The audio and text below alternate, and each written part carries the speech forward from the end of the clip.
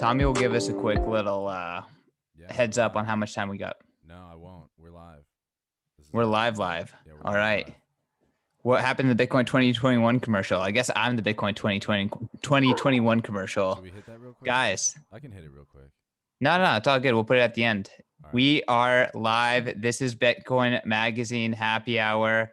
We got five of our seven guests here, and I'm excited. We have an awesome lineup of both guests and topics to talk about. I'm CK, co-hosting this show with my man Tommy, and I guess let's just jump right into introductions.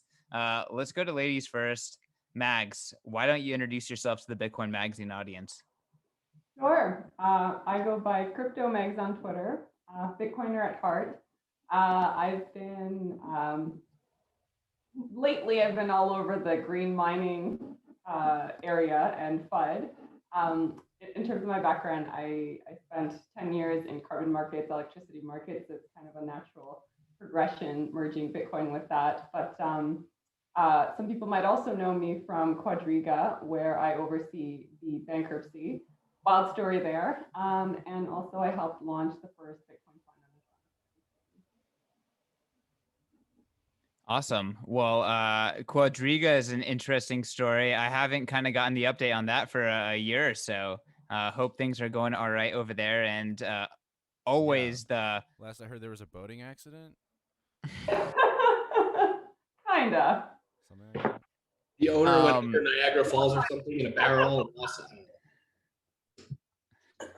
well, I mean, again, Quadriga is quite a story in the Bitcoin space. If you want to learn more, go to Bitcoin Magazine. Colin Harper covered it extensively in 2019, and I hope things are starting to turn over there with Quadriga and Mags in terms of the mining FUD and fighting it and helping educate people that mining is actually helping advance energy optimizations and efficiencies.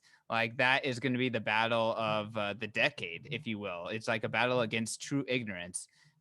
So that's the good fight for sure.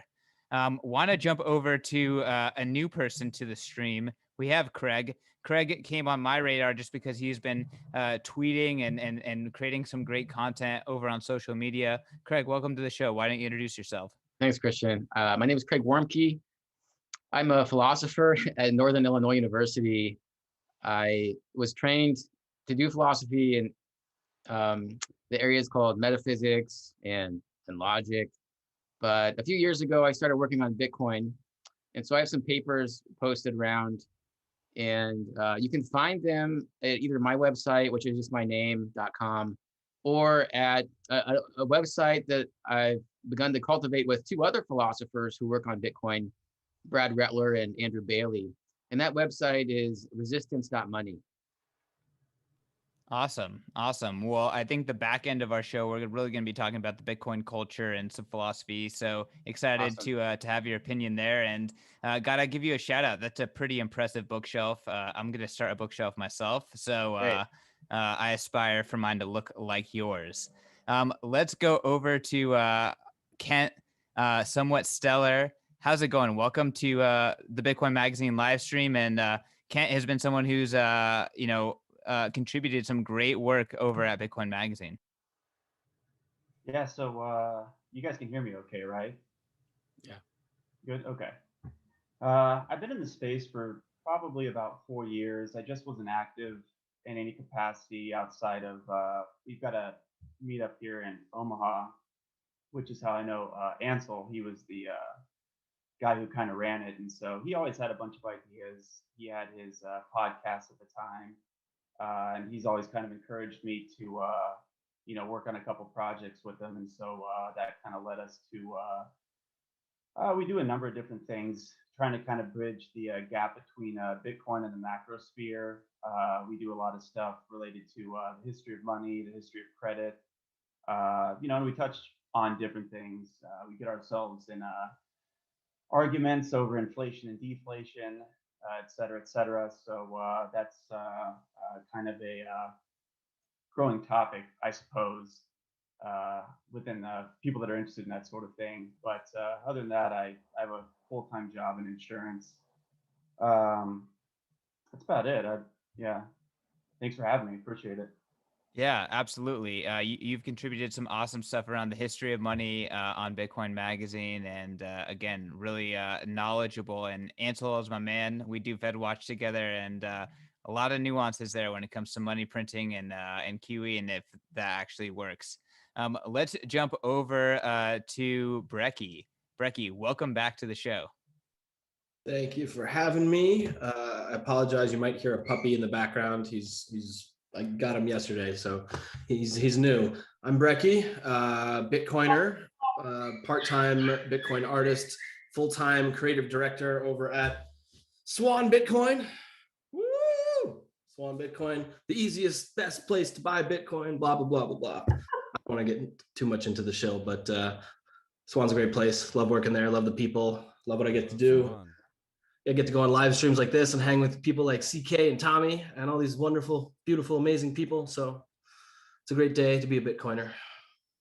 That's all I got.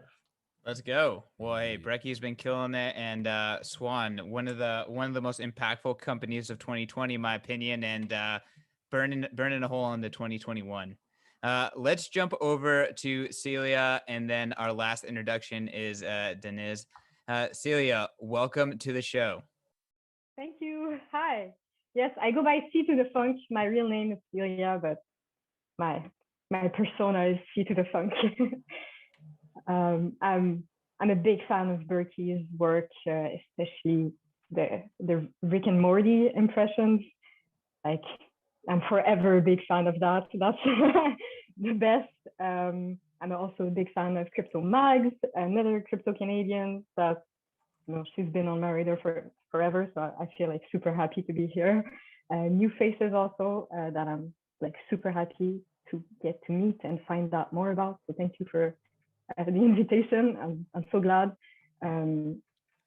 My team is the team at Zebedee and Mintgox, which we are video game and Bitcoin. I mean, Bitcoin in video games. So we host tournaments every last Sunday of the month. The next one is coming up this Sunday.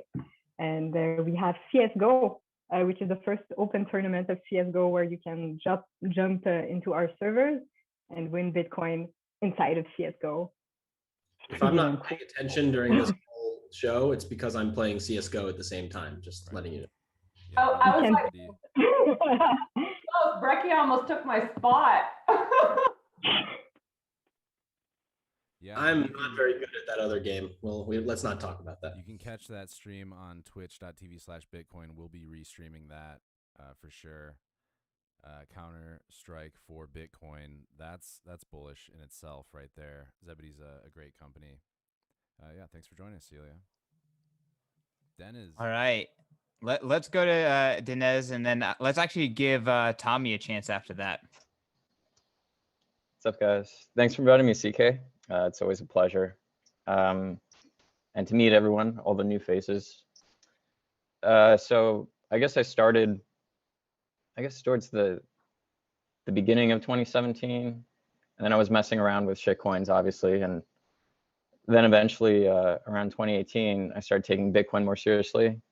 And then I didn't really get too down the rabbit hole until like the spring of 2019. And then I started writing basically all my thoughts behind Bitcoin and a lot of the technical sides of, you know, just storing it and the philosophy of life of, you know, like behind Bitcoin. It's like have low tide preference and just trying to figure out all my thoughts like online. So I started that website, Bitcoin Ivy, and then eventually I got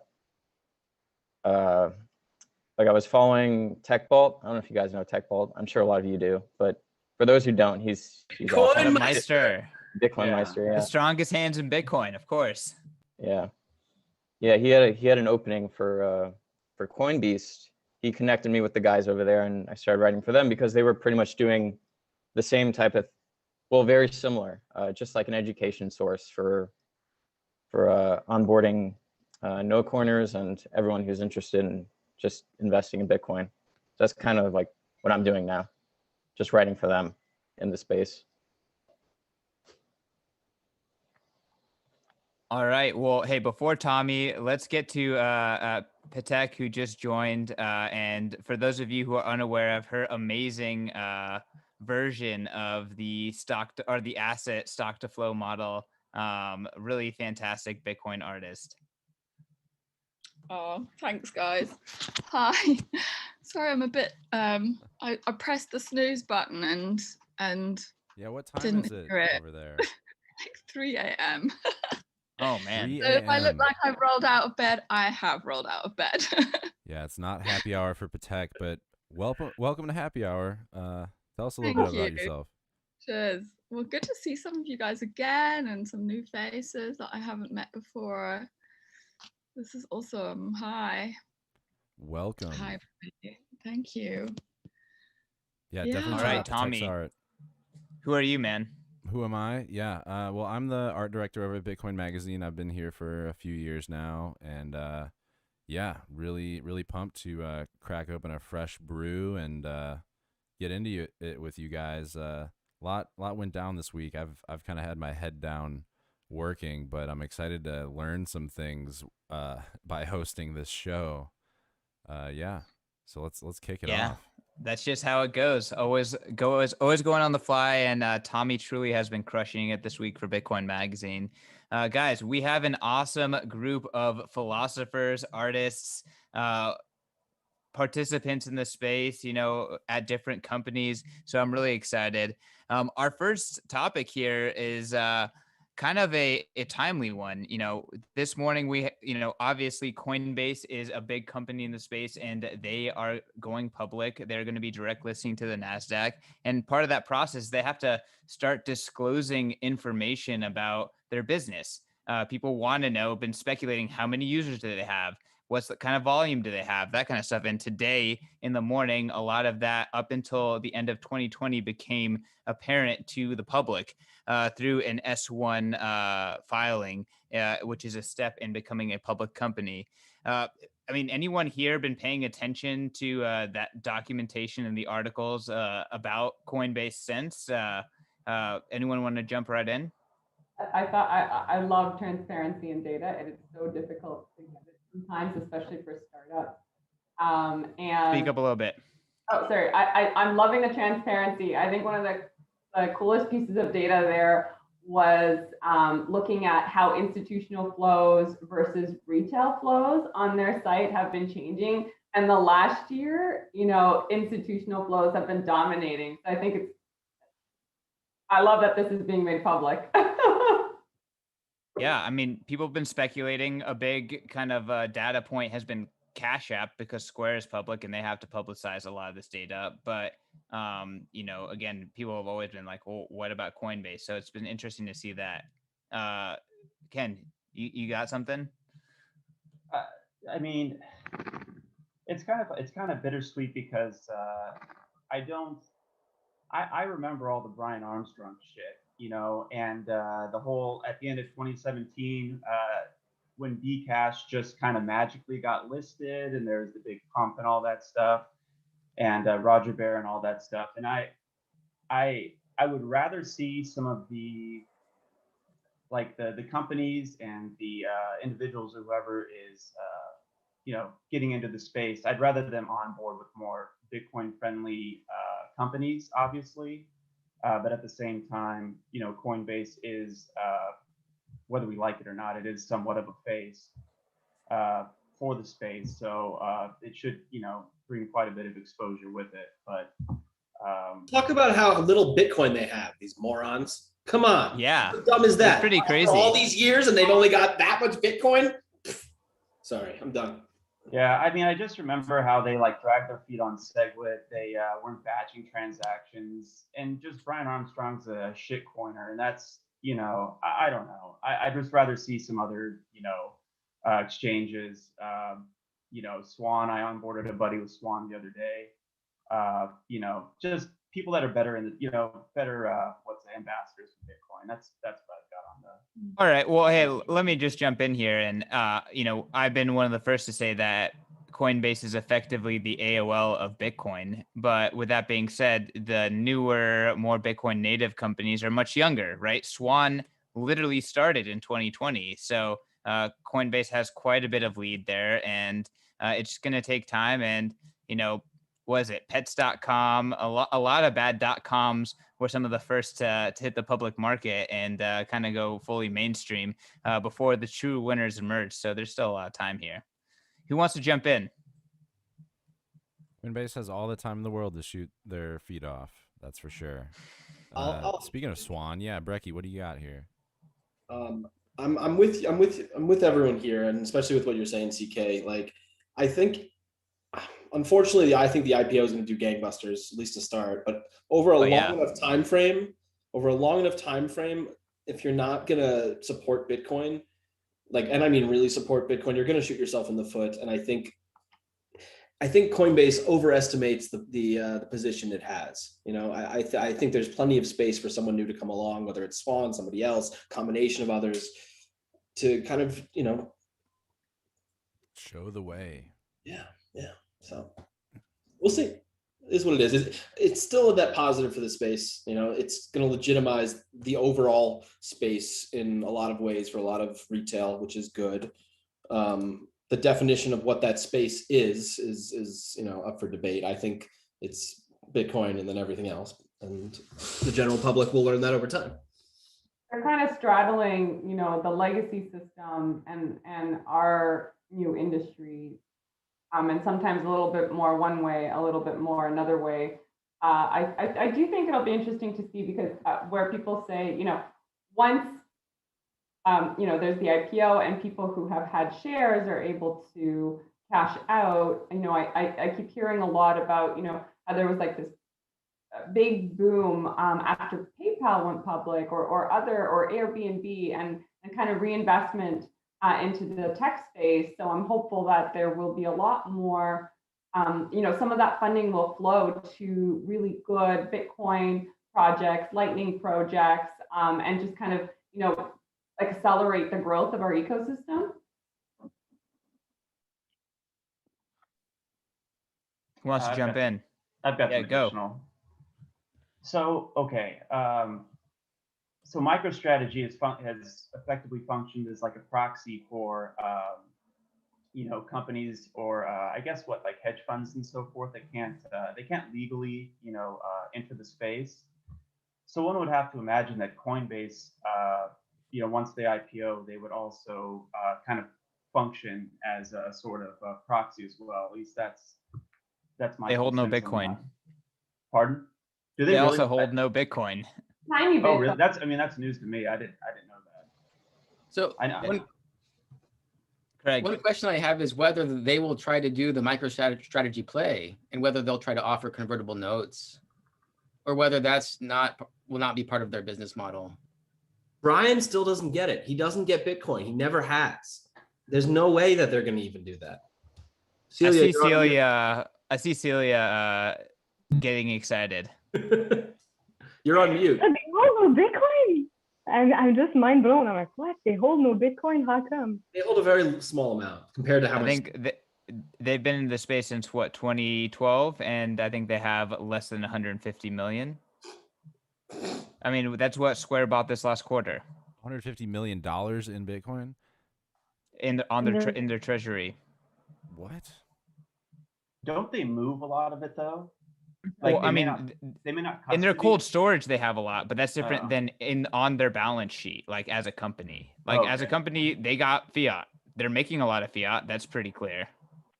Do we know how much fiat? I didn't see the figure. Yeah, well, go to Bitcoin Magazine. We have an article there. You can go look up the stats. I just think it's funny that Brian didn't go for an ICO at all, because it seems like in his character to do something like that, just like what CZ was doing with BNB. I just think it's funny. Coinbase coin. Yeah. Too much redundant, don't you think? Bullshit, Yeah. It's also ironic that they're listing through Goldman Sachs, like the banker's bank, but they did get the ticker coin, so that's pretty interesting. And I don't know. I think that's some pretty good ticker real estate, if you will. They got the ticker coin. Honestly, screw them. All right. They trademarked Coinbase, which is a term from Bitcoin. Right. And then they get coin as their ticker. Like, that's like being a company called blockchain. Kinda. Except We even love them, worse, right? because it doesn't say blockchain in the white paper. It says block space chain. Not a word, folks. Not a word. Keep All us on right. track. Anyone Celia. else want to weigh in on Coinbase? Petek, do you have any opinions here? I just think it's like that bittersweet symphony, you know. We want more recognition, and at the same time, we don't want this. It's like it's like I don't know. It's a bit like a sellout, isn't it? It's not in ethos of true Bitcoin. So, but I think that is going to happen on that way to having more recognition and being taken more seriously, is these kind of sellouts or these kind of anti-ethos steps in a way from such companies. I think it's inevitable. That seems whether we like it or not. Like, yeah. Wait, whether we who's agree gonna with jump it or in? not. Hmm. the Rolling Stones song. You can't always get what you want. Yeah. Is KYC what you need? That seems right to me, Petek. So there are going to be strong incentives for companies to go public after this. So who do you guys think will be the next one or two to go? Binance. Zebedee. Well, I don't know about Yeah. Binance. I think Binance enjoys jurisdictional arbitrage in their coin already. Yeah. I feel like Kraken. Like I know, like Ledger. I've heard a lot of stories of Kraken equity being kind of like tossed around by their early employees. So it sounds like they're kind of getting to that stage. Well, they got a lot of stick for what happened. It was like they had, the crash in ETH price. yes, something like that. I think ETH crashed to like $700 from 2000, and no other exchange reflected that price action. Yeah, something like that. Yeah, they got so much shit for that. I mean, I love Kraken. I absolutely love them. I think they're fantastic. And obviously I wasn't affected by that kind of thing. But, oh God, imagine having to deal with all that complaint and all that. I don't know. Yeah, running an exchange is probably a bitch. I'm sure Brekkie can, Sure they can got a let couple us know emails. about all the customer support. It's shout out to Swan's customer support. We got some great guys and gals doing it. It is it's an interesting job because on big buy days, the volume goes up. Some days it's low, some days it's high, but it's an iterative process. You keep improving it, and so when it God bless them. Satoshi bless them. They're wonderful people.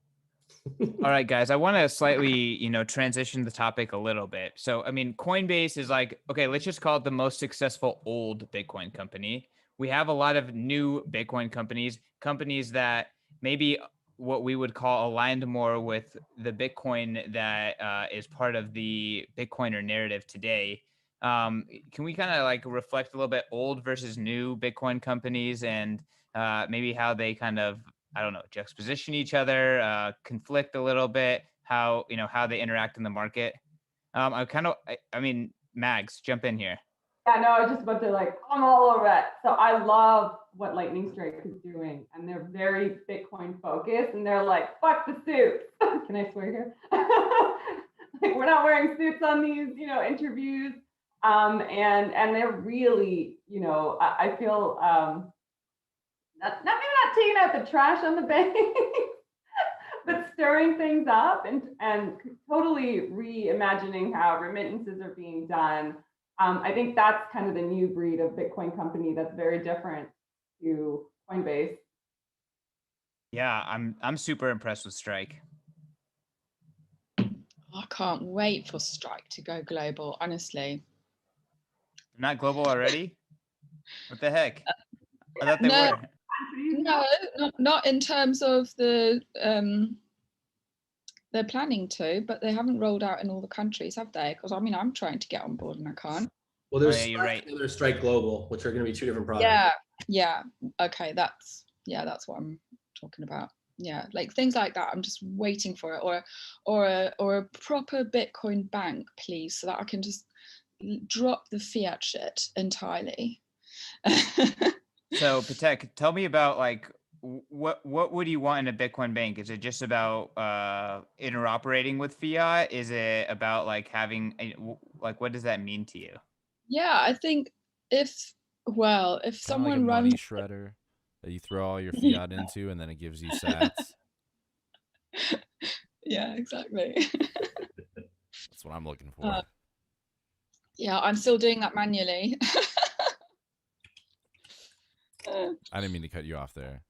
No, it's fine. No, I think it's just a different mindset, because I saw that quite recently Peter McCormack was getting phone calls from his bank saying, oh, we've seen some shady activity. So they call it shady when he's just moving, all his fiat straight to the exchange. Now, that should be his choice, our choice, whatever the hell we do with our fiat, And just because you're moving regular large amounts to an exchange, that doesn't mean you're doing shady stuff. You're just investing your money. So to then get a phone call, and I think they actually went and closed his account. And then under that thread was loads of people saying, you know what, I just got phone calls like that as well from my bank, and it was a different bank and a different bank. And I was like, wow, I might get that phone call soon. And then what do I do? Then I'm forced to actually not use fiat at all. Then I'm forced to only charge in Bitcoin on my online shop, right? They're like pricing themselves out of the market. Yeah. It's crazy. That's what fiat does. That's why Bitcoin's gonna win. It's because fiat's gonna kill itself. Totally. What I Yeah. do interesting though from that, and so he got deplatformed as an individual, but also his business, and that is generally though a concern. So I used to work on economic development issues in my former life, and a big part of that is we tried to bring jobs and foreign direct investment and companies to Canada. And this is kind of the opposite, where there is no business certainty. If you are a business in the UK and you think, hey, I'm going to get unbanked, how am I going to pay my staff? How am I going to operate as a business? Yeah. It's not a place that I want to do my business. It's the opposite. And so I think, those jurisdictions like Wyoming that are, actively looking to attract Bitcoin-based businesses. The mayor of Miami has been like hitting home runs in terms of interacting and trying to bring. It's so easy too. Yeah. Just don't be a dick. And so I think it's interesting to see that, we always talked about jurisdictional arbitrage, but it still is happening. We had Bitcoin companies last year who had trouble getting government loans, to save businesses during COVID. And after 20 emails back and forth, it turned out that it was like, oh, well, actually, it's because you're a Bitcoin company and, that's why. It's still happening and it's frustrating, but those jurisdictions that are kind of embracing it will bring forward companies there, and they're setting themselves up for a good future, I think. Oh, absolutely. It will literally, I've always believed that governments will eventually have to compete for their citizens, and there was a really, really awesome podcast recently on Dan Prince's Once Bitten. I don't know the name of the guy who he interviewed, but it was the guy who has already set up this place called Prospera. Have you guys heard about it? Place, as in physical place? Yes, a physical place. A It's a commune? Setting community or something? What is this? yeah, kind of. It's like like with a separate jurisdiction of their own. He didn't come from a Bitcoin background, but it's so in line with the Bitcoin ethos that it's by default attracted Bitcoin related companies and entrepreneurs and that kind of thing. And they're basically saying, hey, come to our promised land. you know. What is it But called it again? is so interesting. They want volunteers to contribute, and I really believe there's going to be Bitcoin friendly countries popping up because now, yes, but not like it's going to be a proper country. I'm waiting for a country with new values, new financial systems, and early Bitcoiners are powerful enough now to be able to set that up. I really believe that. I'm just The waiting. nation of Bitcoin. If not now, in the next 18 months, 100%. Yeah. And I see that Celia turned off her video. If you guys would do us a favor and try to resist from turning off your video, that'd be great. It just makes Tommy's life harder. It's okay. I wrote an article about this. I called it the sovereign company thesis, and I think that like where countries are going to get disrupted really hard is companies adopting Bitcoin and then acquiring land and protecting themselves and starting to compete. And we're going to start to see alternative forms of property rights per se and protection. I mean, these are not my ideas. This is from the great book, The Sovereign Individual. But, I think a lot of us probably subscribe to the theories from that book. Well, why I think sorry. Or when it comes to property rights, they've actually changed the laws to like when Quadriga fell and you held Bitcoin on there, it's part of it will get redistributed among all the people that lost their money, right? Whereas in Wyoming, they've leaned into their property rights laws, and you still always have the claim even if somebody's holding your Bitcoin. So I think it's interesting to see these shifts, and these are the kinds of jurisdictions you want to be in. I'm quite happy to, there's this, governments think, I don't know how to say this. What I'm trying to say is, I'm quite happy to give up my citizenship to go to a place and jurisdiction where I'm welcome, my money's welcome, it's easy, my money's not overly controlled, and there's no sort of slippery slope to authoritarianism. I mean, COVID's just invited that whole bullshit along, hasn't it? Well, the UK really feel it. It's crazy. UK and Australia, what the hell? Totally. And I'm like, yeah, I've got a British passport, but I'm not married to the UK. I'm always gonna, have my British accent, but at the end of the day, I'm a global citizen, and I'll I'll go where, as this what's his name, Andrew Henderson from Nomad Capitalist, I'll go where I'm treated best. I'm just waiting on the sidelines. I'm gonna pick my jurisdiction. Oh, I like that one. Oh, let's see what else is available. And they're underestimating that. It's going to be a powerful force. I want to let Craig, Deniz, someone who hasn't spoken up in a while, jump in. Deniz, why don't you go first? So I think, is it Petek? Petek? Yeah, Petek. Yeah. So you did mention that you want banks to be more like Bitcoin friendly, I guess. I mean, I think it's a good thing that they're not at this point, because it's just going to drive adoption even more up. I mean, that's the beauty of Bitcoin. It's like both outcomes are good for Bitcoin no matter what. Dips. Yeah. So I'm thinking, like, I guess in the future, we'll have a lot more like flexibility to move around, which would be great. We just got to get over this COVID thing at some point. Whenever the powers that be decide it's okay to travel and do normal things, right? So I'm gonna go grab another drink, but I do want to chime in. Someone on this show, he worked for a Vietnamese travel agency, and it was Bitcoin and fiat.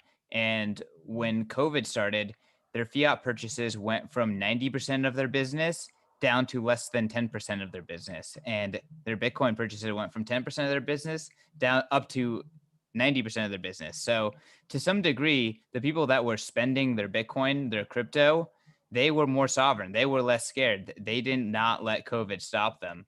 And I think that anecdotally, that reigns true for a lot of Bitcoiners. Let's go to Craig. Yeah, one of the nice things about Bitcoin is this interplay between the game theory on like a global scale, and then the incentives. So so the game theory point is that if one country takes up a more stringent regulatory framework against it, you know, it's like a teeter-totter. Other countries will come in and say, oh, come this way. And then once it's around and once it's more widely adopted in those places, then it serves as a nice competitive check, and it disciplines other countries to behave better. I think it's just, I'm not one of these people who thinks that we need a Bitcoin standard in every country in the world. I think fiat is going to be around to stay for quite a while, and I'm not sure that's a bad thing. But what I think we can all agree that Bitcoin is a good thing because it serves as this competitive check. Yeah, totally. A constant. And it's in the not just the system. welcoming aspect. I think a lot of Bitcoiners, you know, are very much opposed to the concept of taxation or just minimizing that. So, I mean, I'm already seeing people that I know that are contemplating leaving Canada or in the process of, and so you're right. Sorry, is it Petek? Or how do I pronounce your name? Petek. Yeah, it's not an easy one. Yeah, no, you raised a good point about you know, like you know, countries competing, and so they have to do a better job. And if your country is spending a significant, you know, part of its GDP, for example, on war or certain things that maybe don't align with your values, you know, it's you don't want your tax dollars going there, so you will maybe look for alternatives, right? Mm. And then thinking about two things like wealth tax, you know, are being more and more kind of discussed by governments. And, you know, I'm reminded about Cyprus when they did the haircuts about, you know, people had certain cash in banks and just a big haircut taken by government. And, you know, I think a lot of folks are very much for self-custody, especially Bitcoiners, like that's just, you know, not your keys, not your coins. We've been there.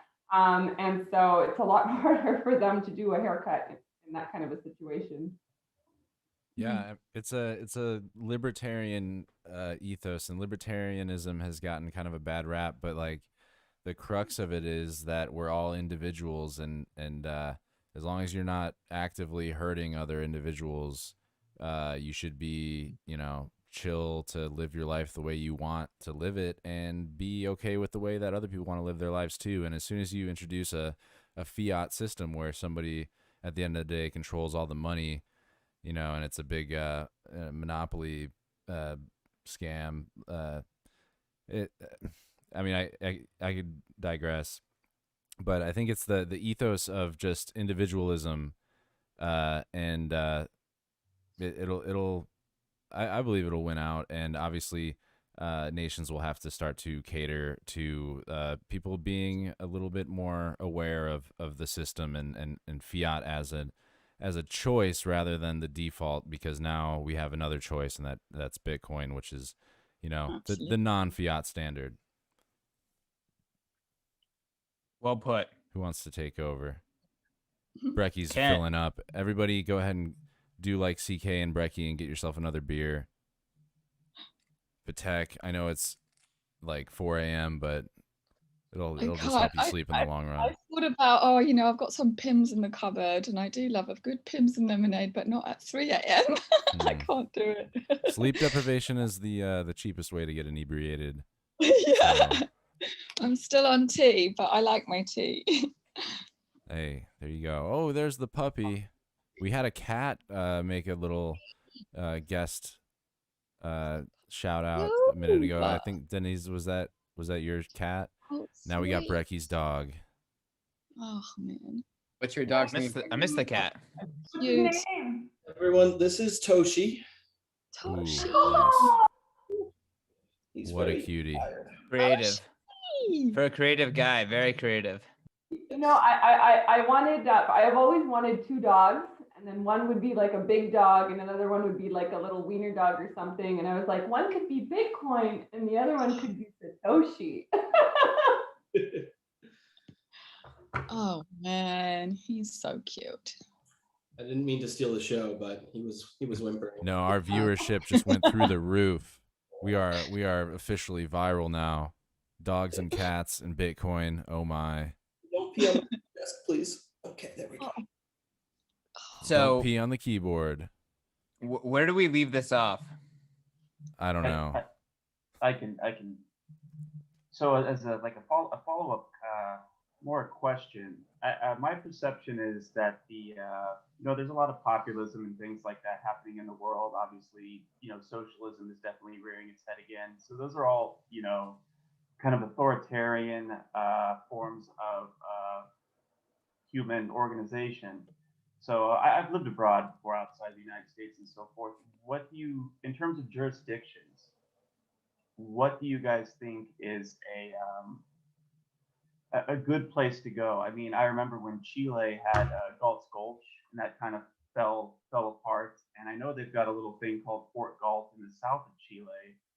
I also know that Chile was doing like if you had a startup or something, they were extending visas to people who wanted to or who were willing to get the company started down there. I don't know if there's any credits or anything like that, but Chile's unfortunately, having its problems now with all the kind of street riots and so forth. But I just wanted to kind of throw that out there. Do you guys have any places, jurisdictions that you think would be a good starting point?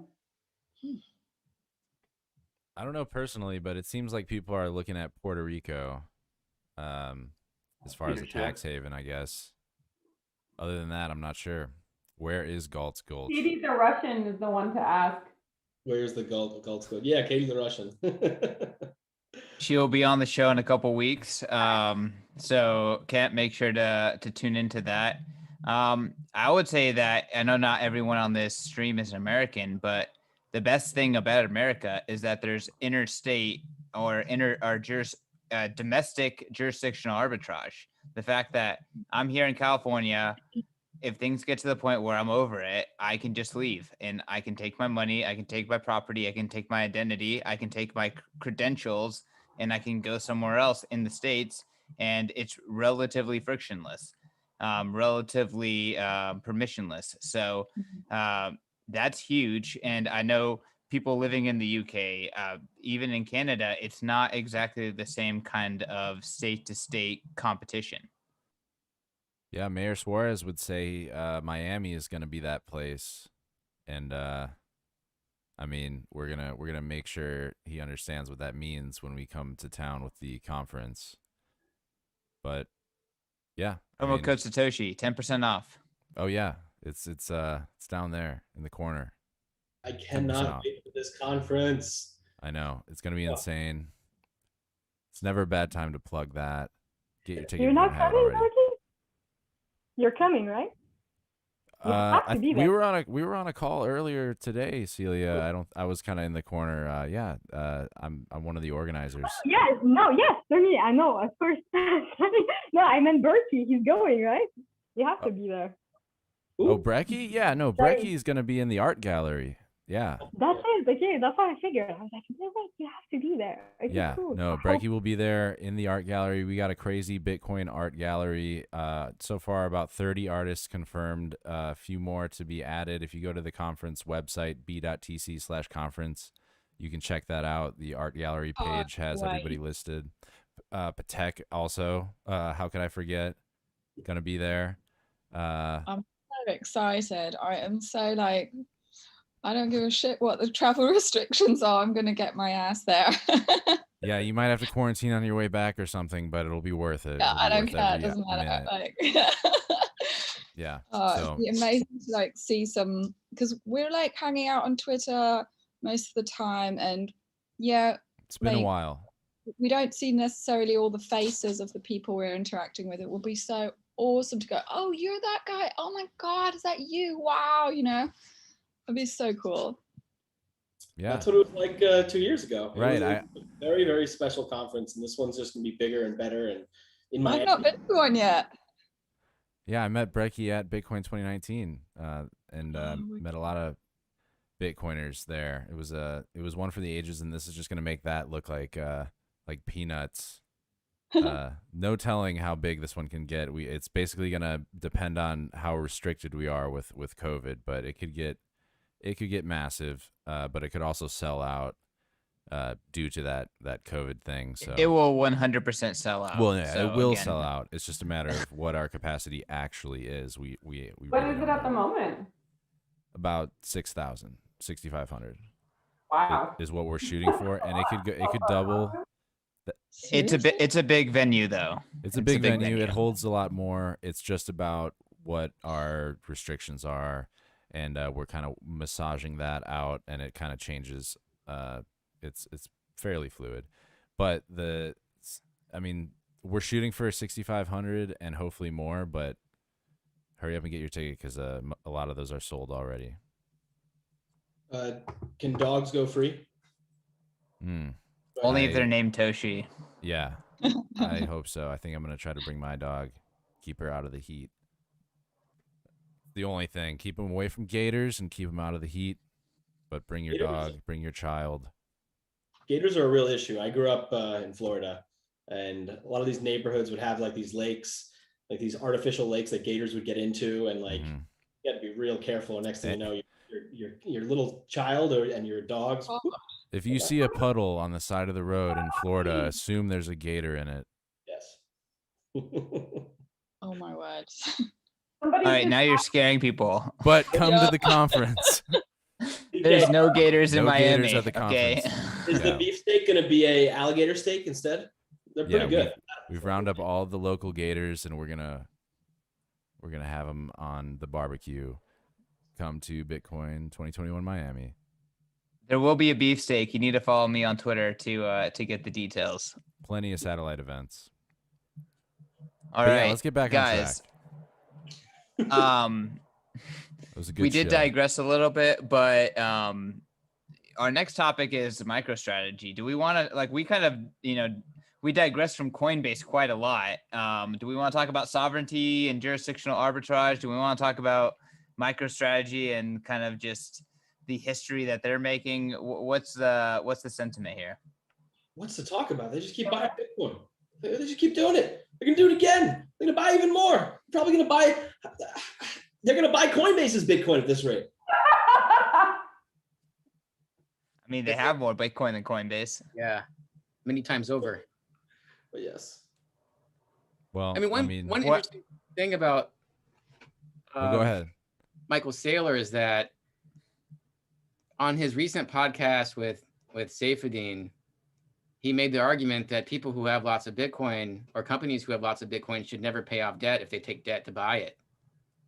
So he's going to run up the scoreboard as much as he possibly can. Yeah, he kind of revealed his playbook, didn't he? Yeah. He revealed how bullish he is. And I was about to say it's kind of the sentiment that I feel. I just wish I had that much money to do exactly what he's doing. Yeah, I mean, playbook though, isn't it? Like that's what government. It's no secret. Fiat will collapse by Bitcoin. That's basically the playbook. And you can use the fiat system against itself in order to never give up your Bitcoin. And I made this point in a Bitcoin Magazine happy hour a couple weeks ago that if you're a bank, like if you're Citibank, if you're whatever, Wells Fargo, you're buying Bitcoin, who gives a shit what the price goes to? You better never sell that damn Bitcoin if you know what's good for you. If you sell that Bitcoin, you have just revealed that you have no idea what the hell you're doing, and you're just, we'll see you next time. Yeah, so I mean, I think MicroStrategy gets it.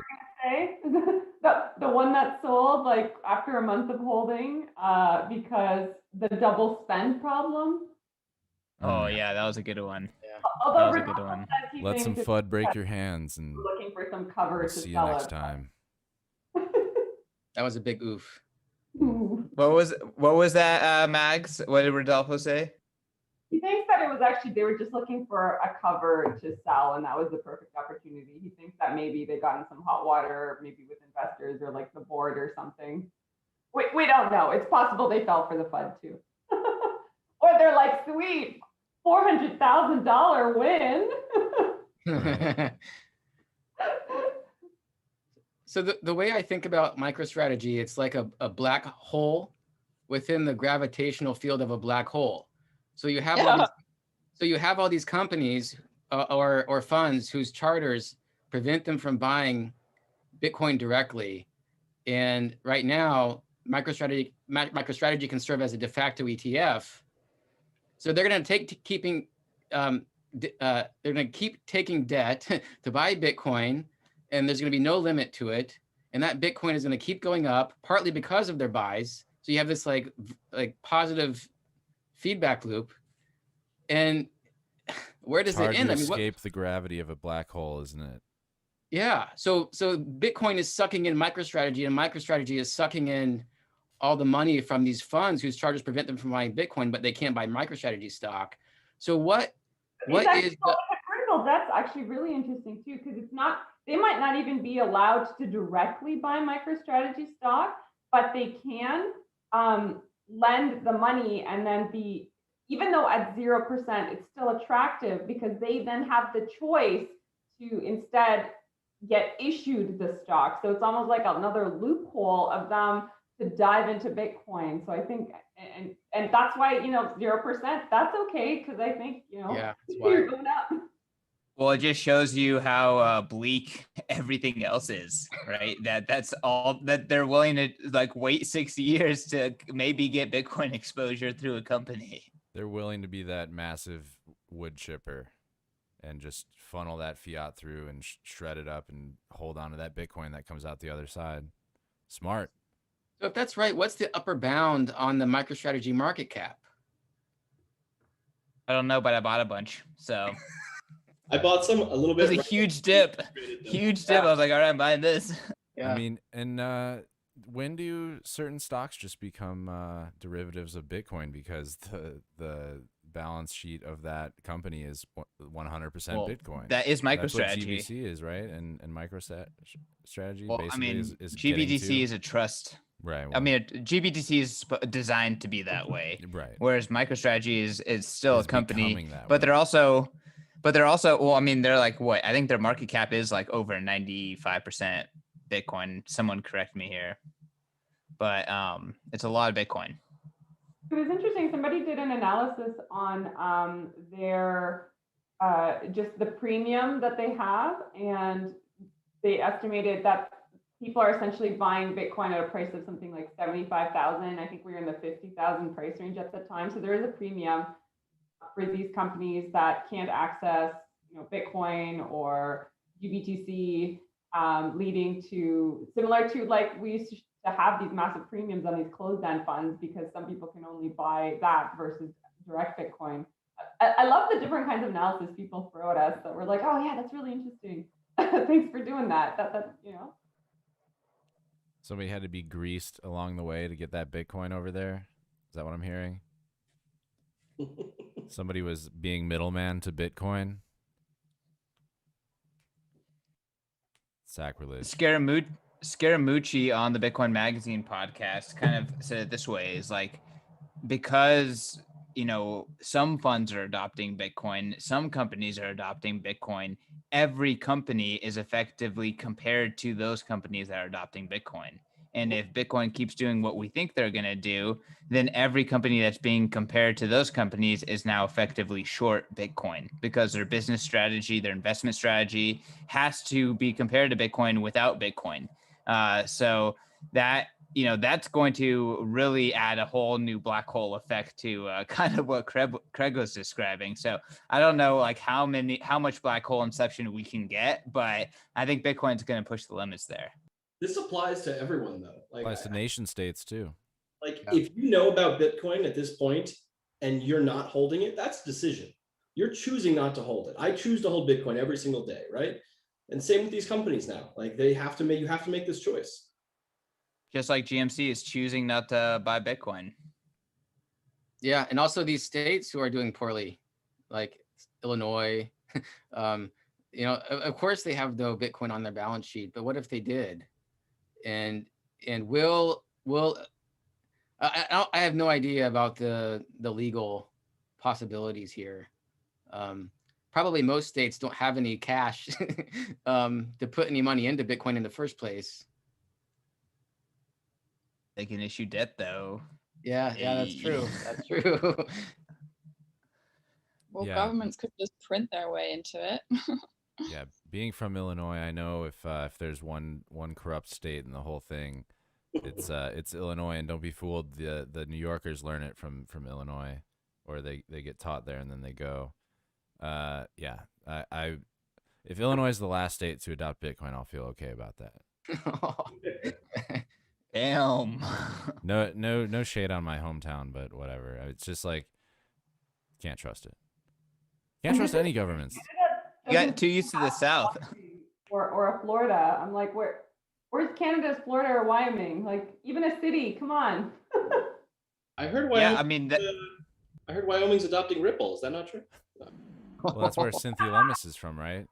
Or am I? So Mags, can you tell us a little bit about Canada? I mean, maybe Celia can help us out a little bit too, but you guys do have separate provinces. Alberta is kind of like the freedom province, if you will. Canada. The Texas of Canada, Alberta. Yeah, so like tell us a little bit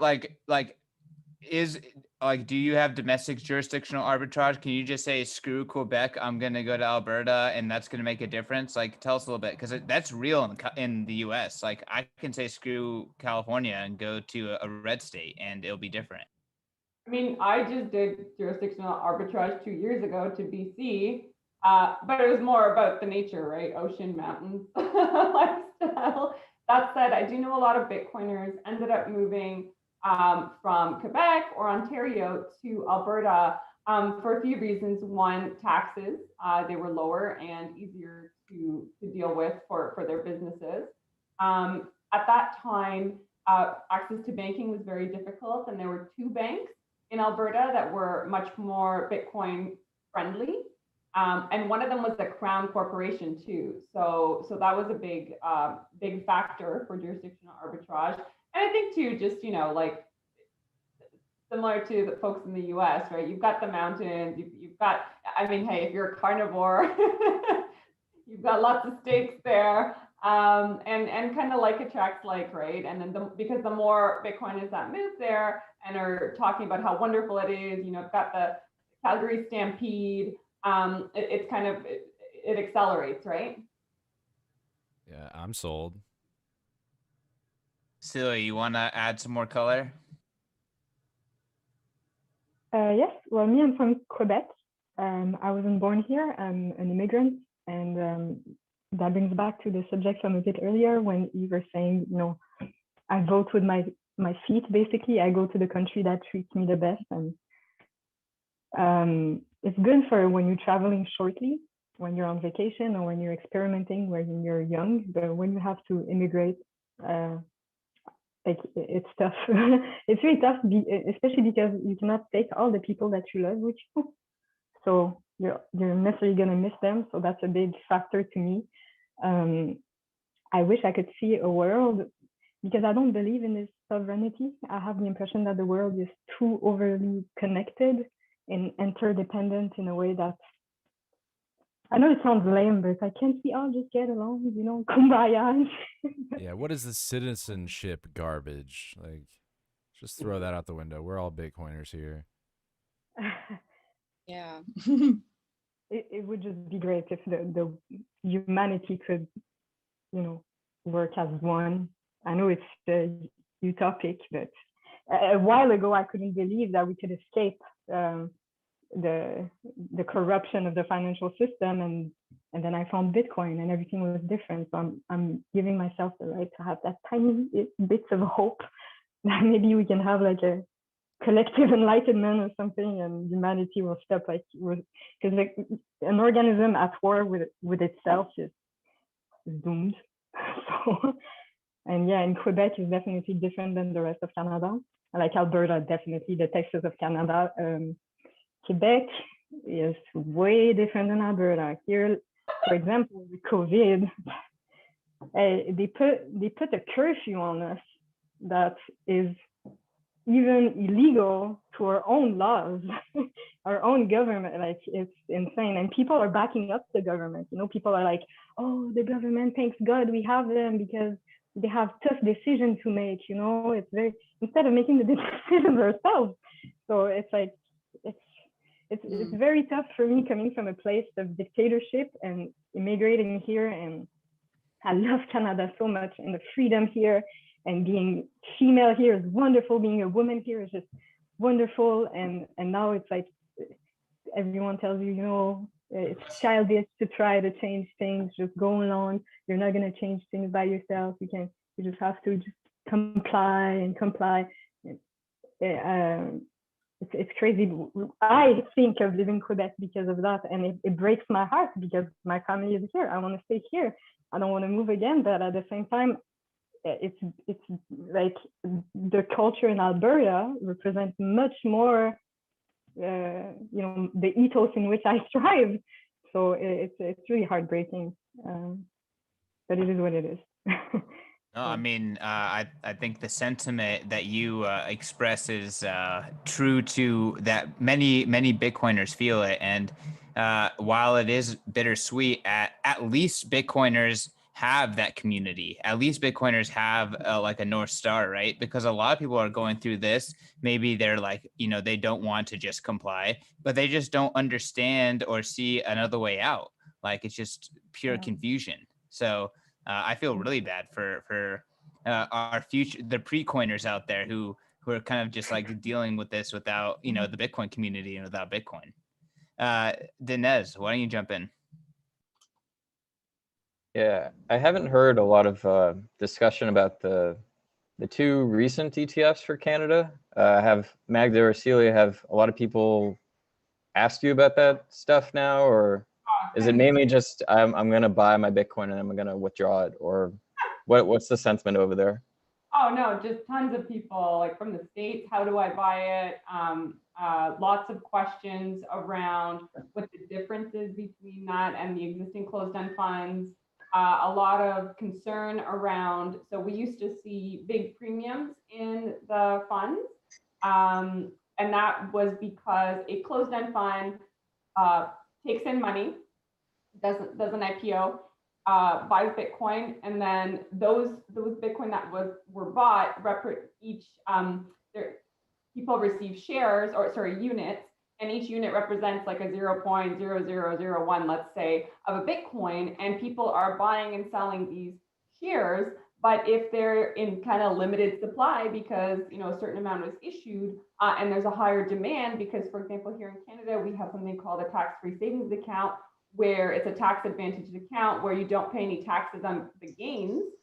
People might want to buy that. So this, you know, so that shows up, that demand for those units shows up as a price premium. So we used to see, you know, November. That's like GBTC, right? Exactly, 100%. We used to see like 20% premiums, but once the ETF launched, like big discounts, like I'm seeing as high as like 15% on some of the closed-end funds discounts. So it's actually like below NAV. What you are buying is, it's like you're getting 15% more Bitcoin than what the actual unit entitles you to, like the price that you're paying per share. So, but people have been concerned, you know, existing unit holders are asking a lot of questions and saying, hey, like, you know, if I wanted to cash out now, I'm not actually getting the amount that I'm supposed to because it's trading below NAV, and I have some concerns around that, right?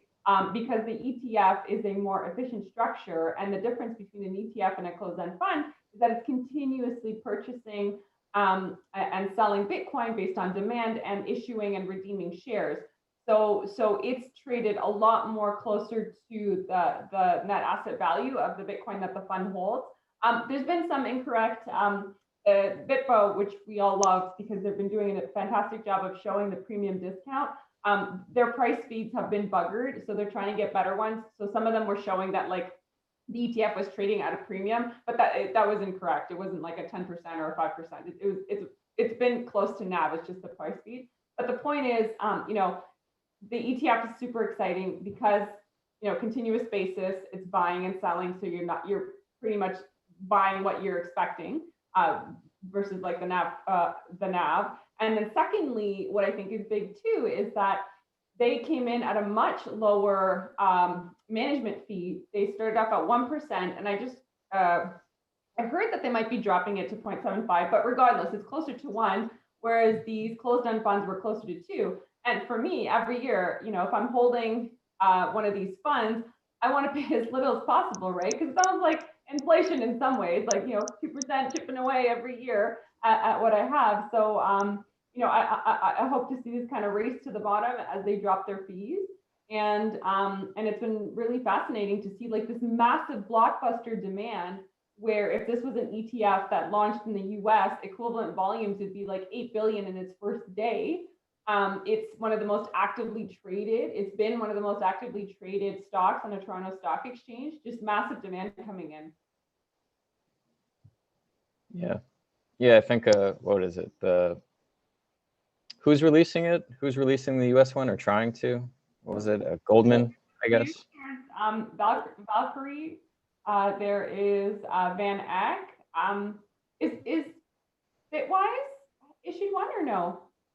So Bitwise gave up, and then they're now issuing a GBTC competitor right in time, right? And right in time. Could you imagine having a derivative not of Bitcoin? Mutual fund. Now, I'm less familiar with how that differs with an ETF, but I think because it's open-ended, it's probably like will minimize those premiums, I would assume. Scaramucci's fund is pretty much institutional access to Fidelity. That's it. Okay. But it's not like it's not like something that's on the stock market. So something that I think is really interesting with the Canadian ETFs is the fact that the volumes on these ETFs are crushing pretty much all other ETF volumes on the Toronto Stock Exchange, and they're rivaling American Stock Exchange ETF volumes, which kind of demonstrates that there's huge demand for Bitcoin. So I'm kind of curious if anyone has thought about that angle. I want to go back to Deniz. You wrote an article that talked about the amount of trading hours that Bitcoin has had, and that how it's, this upcoming summer, it's actually going to surpass, what is it, the S&P 500 in total trading hours. Is it a coincidence that these things are like, intersecting kind of around the same trajectory? Yeah, I mean, it's crazy. Yeah, that, I don't know if you guys can visit my I guess my Twitter account, and it's in the pinned tweet there. But yeah, I think the whole I was thinking about that for a while, just how to like compare certain metrics between traditional assets and Bitcoin, just so people can, like new coiners can basically gauge how to compare it to things that they already know. And the S&P is like one of the, everyone knows that if they're investing or anything like that. But yeah, it is very interesting that it is going to happen during the summer. This is also around the time that a few analysts are predicting like, oh, that's going to be the peak of, this cycle. It's going to happen around the summer as well. I don't know how much merit there is to that, but I don't know. I'm not going to try and predict anything. Yeah. But if you guys are paying attention to, I don't know, some of the main analysts out there, they're like, yeah, it's going to probably hit like 300 to 400K in the summer. It's like, I don't know. I don't want to predict any of that stuff, but I do want to see more people realize that Bitcoin is becoming a more mature asset, especially now since, Sailor and all these ETFs are coming. It's also funny because that's around the same time that I guess it's Morgan Stanley. They're going to release they're probably going to aim to release the ETF around that time as well within the US. So it is kind of weird that all these things are lining up perfectly. Yeah, this whole year has been lining up perfectly. Everything. Yeah. When's It's the even main- more. good for Go ahead. Satoshi's timing is impeccable. That's for sure. I mean, Tommy, like I feel like you try to like, I don't know if get into Satoshi's head is the right way to go about it, but I feel like you try to contrive some meaning out of the piece, Well, Brekkie. there's Breckie's Brett- dealing with the dog. Have a good one, man. I heard from Pete Rizzo the first time that there's a theory that so he's just gone. All right, I'm gonna hide these name tags, clean it up for everybody. Oh, I'm actually going to run out too because I'm double booked, but this has been amazing and I hope to come on again. Okay, well, in the future. thanks for coming. Thank you so much. Bye guys. Nice to meet everyone. Yeah, nice See to you, meet Magra. you. Bye. All right, guys, we got another 45 minutes on the show, so please don't leave us. Please don't leave us. Yeah, Tommy. leave now or forever be stuck here. Yeah, no, I think there's a lot of different like little breadcrumbs, I guess you could call them, that like Satoshi kind of weaved into the pseudonym. For instance, the birthday of Satoshi is correspondent to Executive Order 6102 to take away everybody's right to hold on to their own wealth in the form of gold. So that's kind of like hey, look at this, and it's not actually a person's birthday; it's a date that you should understand.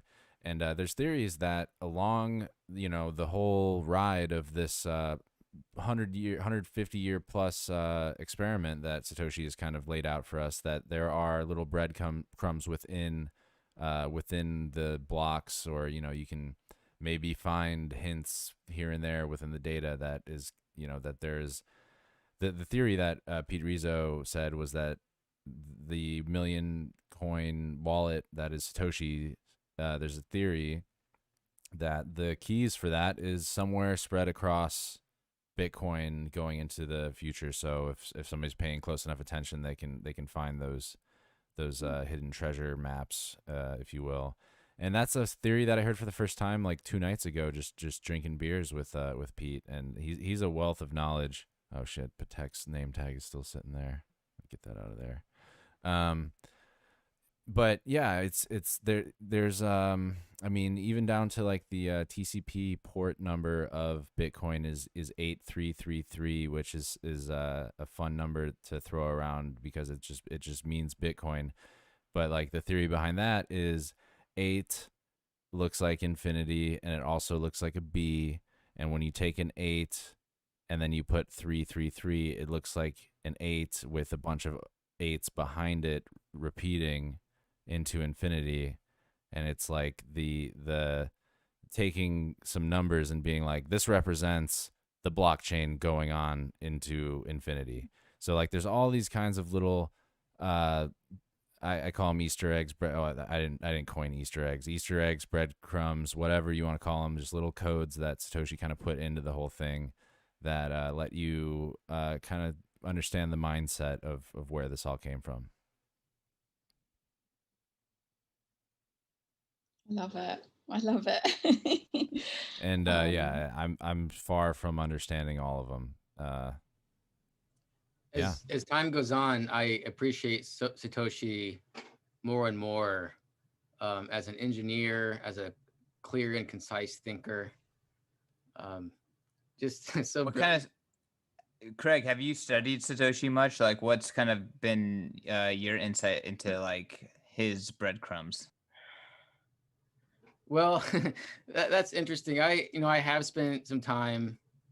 I think it's unwise to say too much, because I think that there are reasons not to reveal too much that might end up in some way eventually revealing his identity, for a couple of reasons. So one reason is that if someone has read the Nicomachean Ethics by Aristotle, Aristotle argues that things can go well or poorly for you even after you die, depending on how your project goes after you've passed away. And so even if Satoshi is not alive, he had this project of constructing a decentralized monetary network. And he thought that his own identity being known would be counterproductive against that goal. And so if we were to reveal him, we would in some sense not just go against his wishes, but in some sense undermine a little bit of the project. So there's that. And there's also, some of these Easter eggs, I think, can point to the wrong people. And I think if you're familiar with some of these previous journalistic attempts to reveal Satoshi's identity, it causes suffering for people. And if Dorian, I mean, Dorian was a blessing in disguise. Yeah. Mm-hmm. Yeah, for and sure. so I think that there are a number of reasons not to. Is there a point where it just becomes irrelevant who Satoshi is? Like, is there a point where this project has taken on a life of its own, and if Satoshi just came out and say, "Hey, it's me," and we all believed it, it wouldn't even matter, No, I think that's true. Where is that point? And Haven't have we reached it? Yeah, I don't know. I mean, so with that consideration about whether or not revealing his identity would undercut this goal of decentralization, I think that will probably come sooner than some of the other considerations. Like, for example, whether it's wise to reveal his identity because of the suffering that he or she might suffer as a result. Even if you've tagged the wrong person. Well, pretty soon Michael Saylor is going to have more Bitcoin than Satoshi, so I guess at that point it won't matter. Yeah, that's right.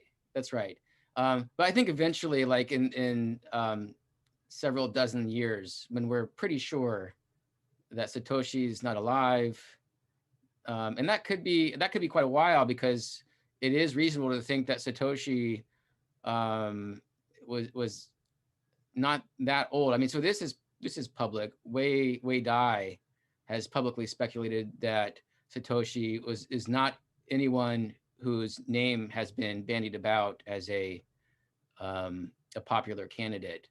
And was instead a student, and I think that's plausible. So if that's right, then Satoshi could be alive for another 60 years or so. Yeah. Yeah. I mean, if Satoshi isn't the ghost of Hal Finney sent back from the future, then it could be anyone, except for Craig Wright. Yeah. He did. Like, when is he ever gonna call it quits? Like, it never stops.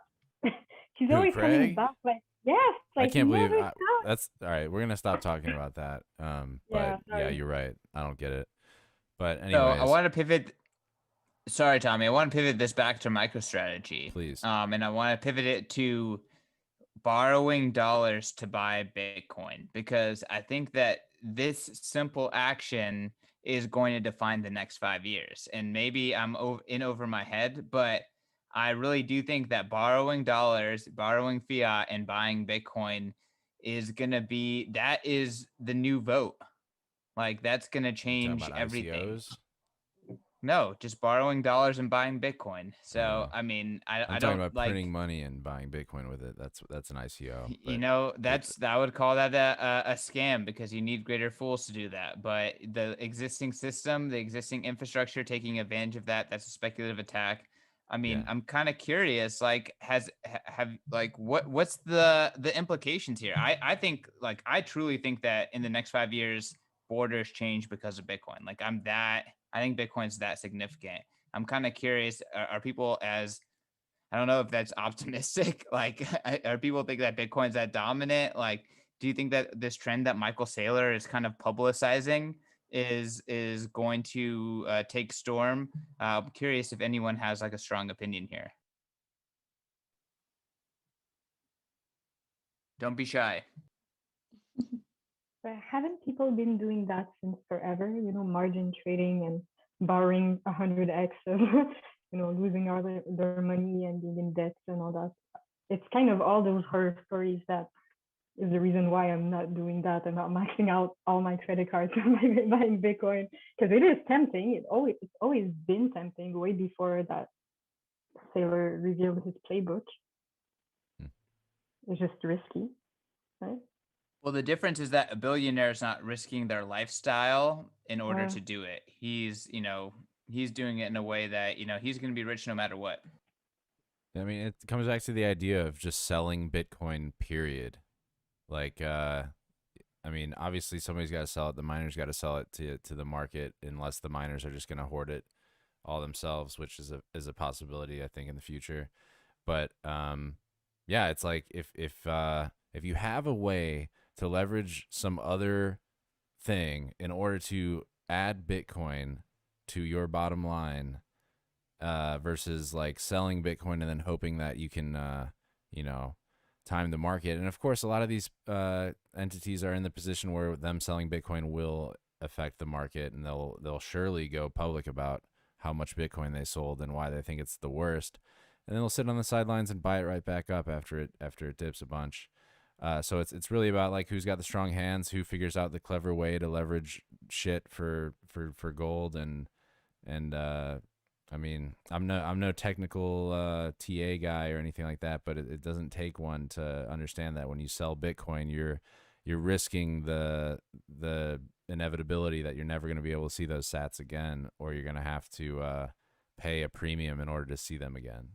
So of course you're going to leverage some bank loan shit that they throw at you when they ICO that same USD coin again and again, airdrop it to your ass.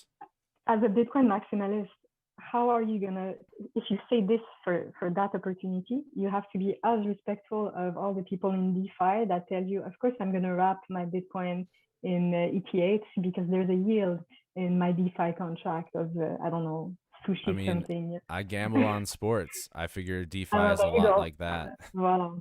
Exactly. Okay, Yeah. we agree. It's a gamble. It's like, how can I turn this shit into more shit in order to eventually turn it into Bitcoin? And it's like, how you do that.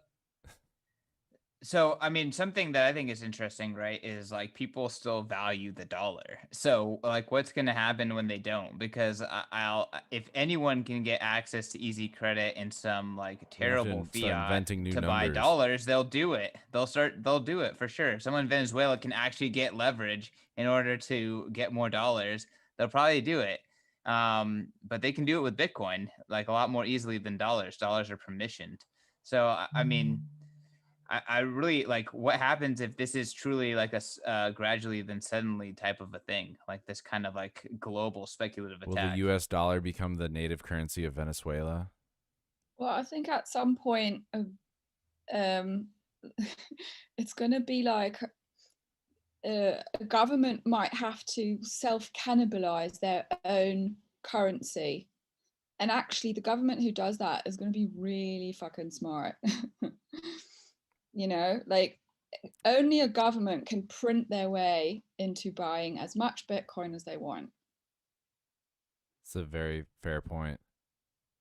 So on that note, they then, do you know what I mean? With they cannibalize their own fiat currency, but consciously. Petek, on that note, the U.S. on multiple occasions have sold Bitcoin, something that they can't make $4, something that they can make infinite of. So we're not dealing with very sophisticated actors here at the government level. Exactly. It just doesn't make a whole lot of sense. As soon as the country starts doing this, the game is really on. But I also wonder sometimes, is it possible for a company like MicroStrategy, because of their early position in doing this, is it possible for a company like that to actually become, in the long run, more powerful than a country? Become a first world country in of itself. I mean, yeah. We could see third world countries becoming first world countries and vice versa. Yeah.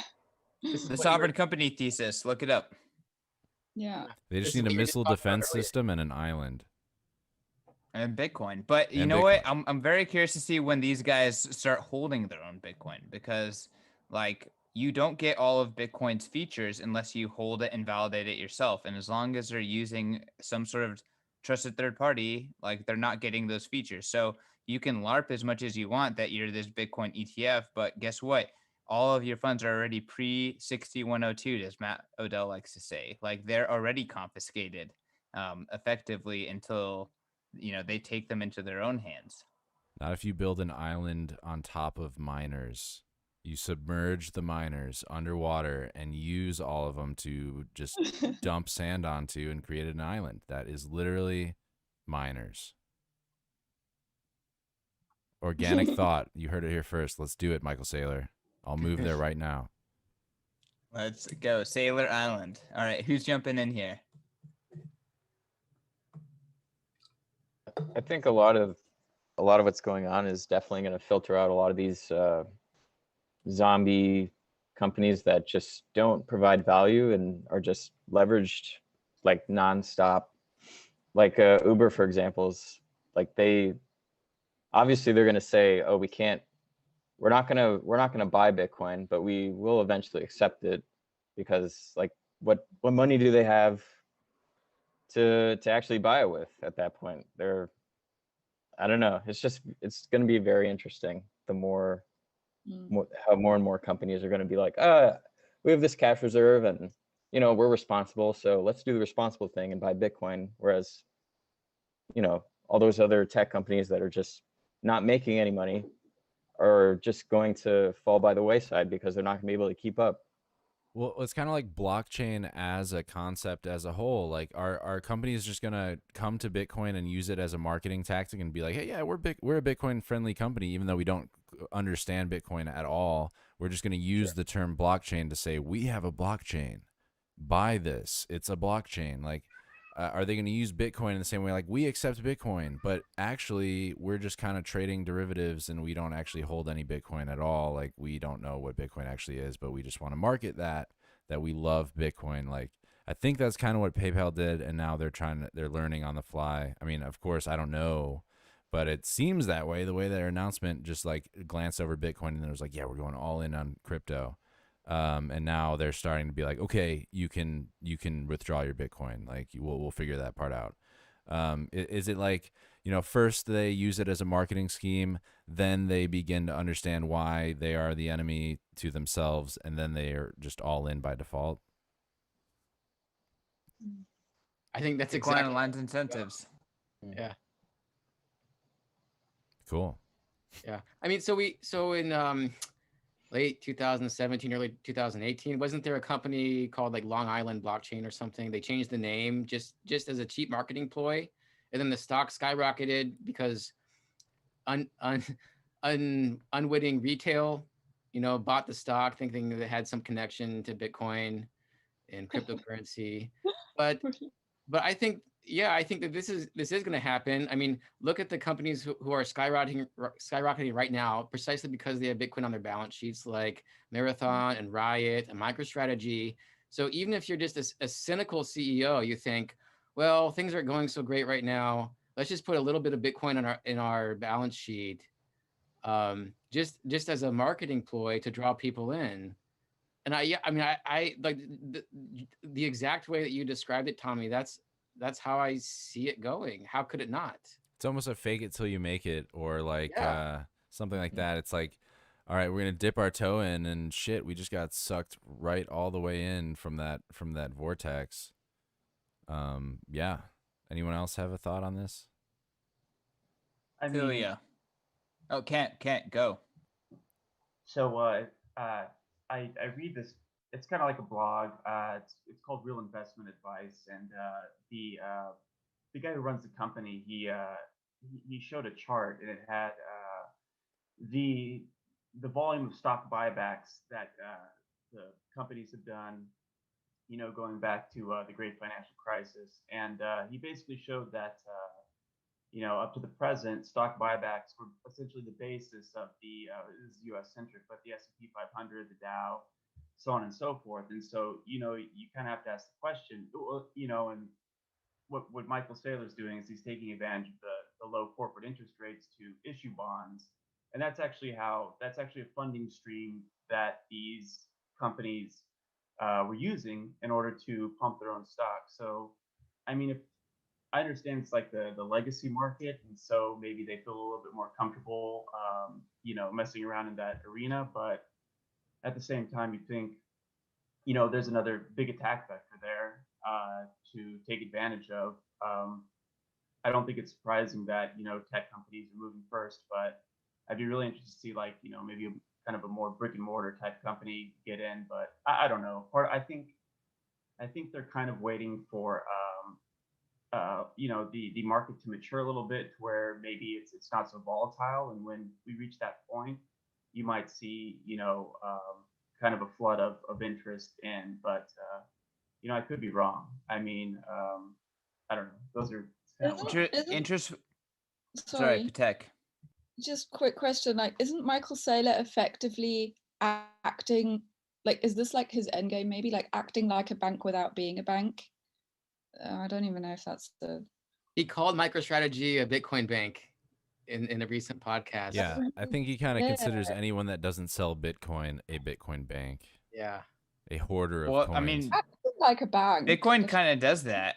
Like anyone, like I could be like I can take 3 hardware wallets and a MacBook, and I can be a pretty freaking secure Bitcoin bank, and I can get onto Lightning, and I can be a liquidity provider. Like this is truly being your own bank. Yeah, if you've got the ultimate asset, you can act like a bank. It's almost like if we can all agree on this one thing, we can just get on to the rest of what matters. Right? Shit. Well, David Bailey, the CEO of Bitcoin Magazine, he said one of my favorite quotes, which is like, the real story starts once hyper Bitcoinization has happened. Like that's when the story starts. Like hyper Bitcoinization is just the process of like getting Bitcoin in place. Like once we get everyone on sound money, like that's when things get exciting. Yeah. There's an opportunity to flip in silver. I'd just like to point that out. That's a $1.8 trillion market. So that might be a kind of a nice milestone to get a lot more attention. I mean, the breaking $1 trillion was obviously a huge milestone. In my opinion, that was we reached critical mass. But I would really like to see Bitcoin flip in silver. I think that would be huge. And it's something crazy within this market cycle. If we flip in silver, we also flip in Google, Amazon, and Microsoft in that process. It'll be hard to ignore it then. Yeah. Back to Kent's earlier point about brick and mortars buying Bitcoin. I was kind of surprised that GameStop hasn't done it yet. Mm-hmm. But I mean, that's just a really interesting question. What will be the funniest or the greatest brick and mortar that will first put Bitcoin on the balance sheet? It's that Bed Euro Beyond. place in Canada. It's AMC. Bitcoin is for beyond, baby. Let's go. Bed Bath, Bitcoin, and Beyond. That's GameStop buying Bitcoin would be so funny. Yeah. That right there is the next. That's like leverage on Tesla buying Bitcoin. It's like, all right, we already got Tesla. If GameStop like, puts Bitcoin on their balance sheet, Robinhood is going to implode. Like it's just gonna. I don't even know what'll happen. They're gonna have to. All right, I'm not here to shield Doge, but what if GameStop bought Doge? That would really wreck Robinhood. Wait, you saying they didn't already? They haven't yet? What? I thought that's what the whole thing was. Anyways, back to Bitcoin. This is the Bitcoin Magazine Happy Hour. So I mean, one thing I want to bring up. Yeah, fuck Robinhood. Get Petek. Sorry. No, I'm interrupting you. Sorry. No, go. Because I read somewhere that just 3 companies buying Bitcoin on a daily basis. Is it PayPal, Grayscale, and one other? They are already buying more Bitcoin than is actually mined every day, and that's just 3 companies. And Preston Pish had an interesting sort of theory on that, and I can't explain it properly, but what he was effectively saying is when more companies like start doing that, there's going to be a squeeze as well that is caused by that supply and demand thing. Every marginal company adds a lot. The weak hands will capitulate. How about sovereign wealth funds?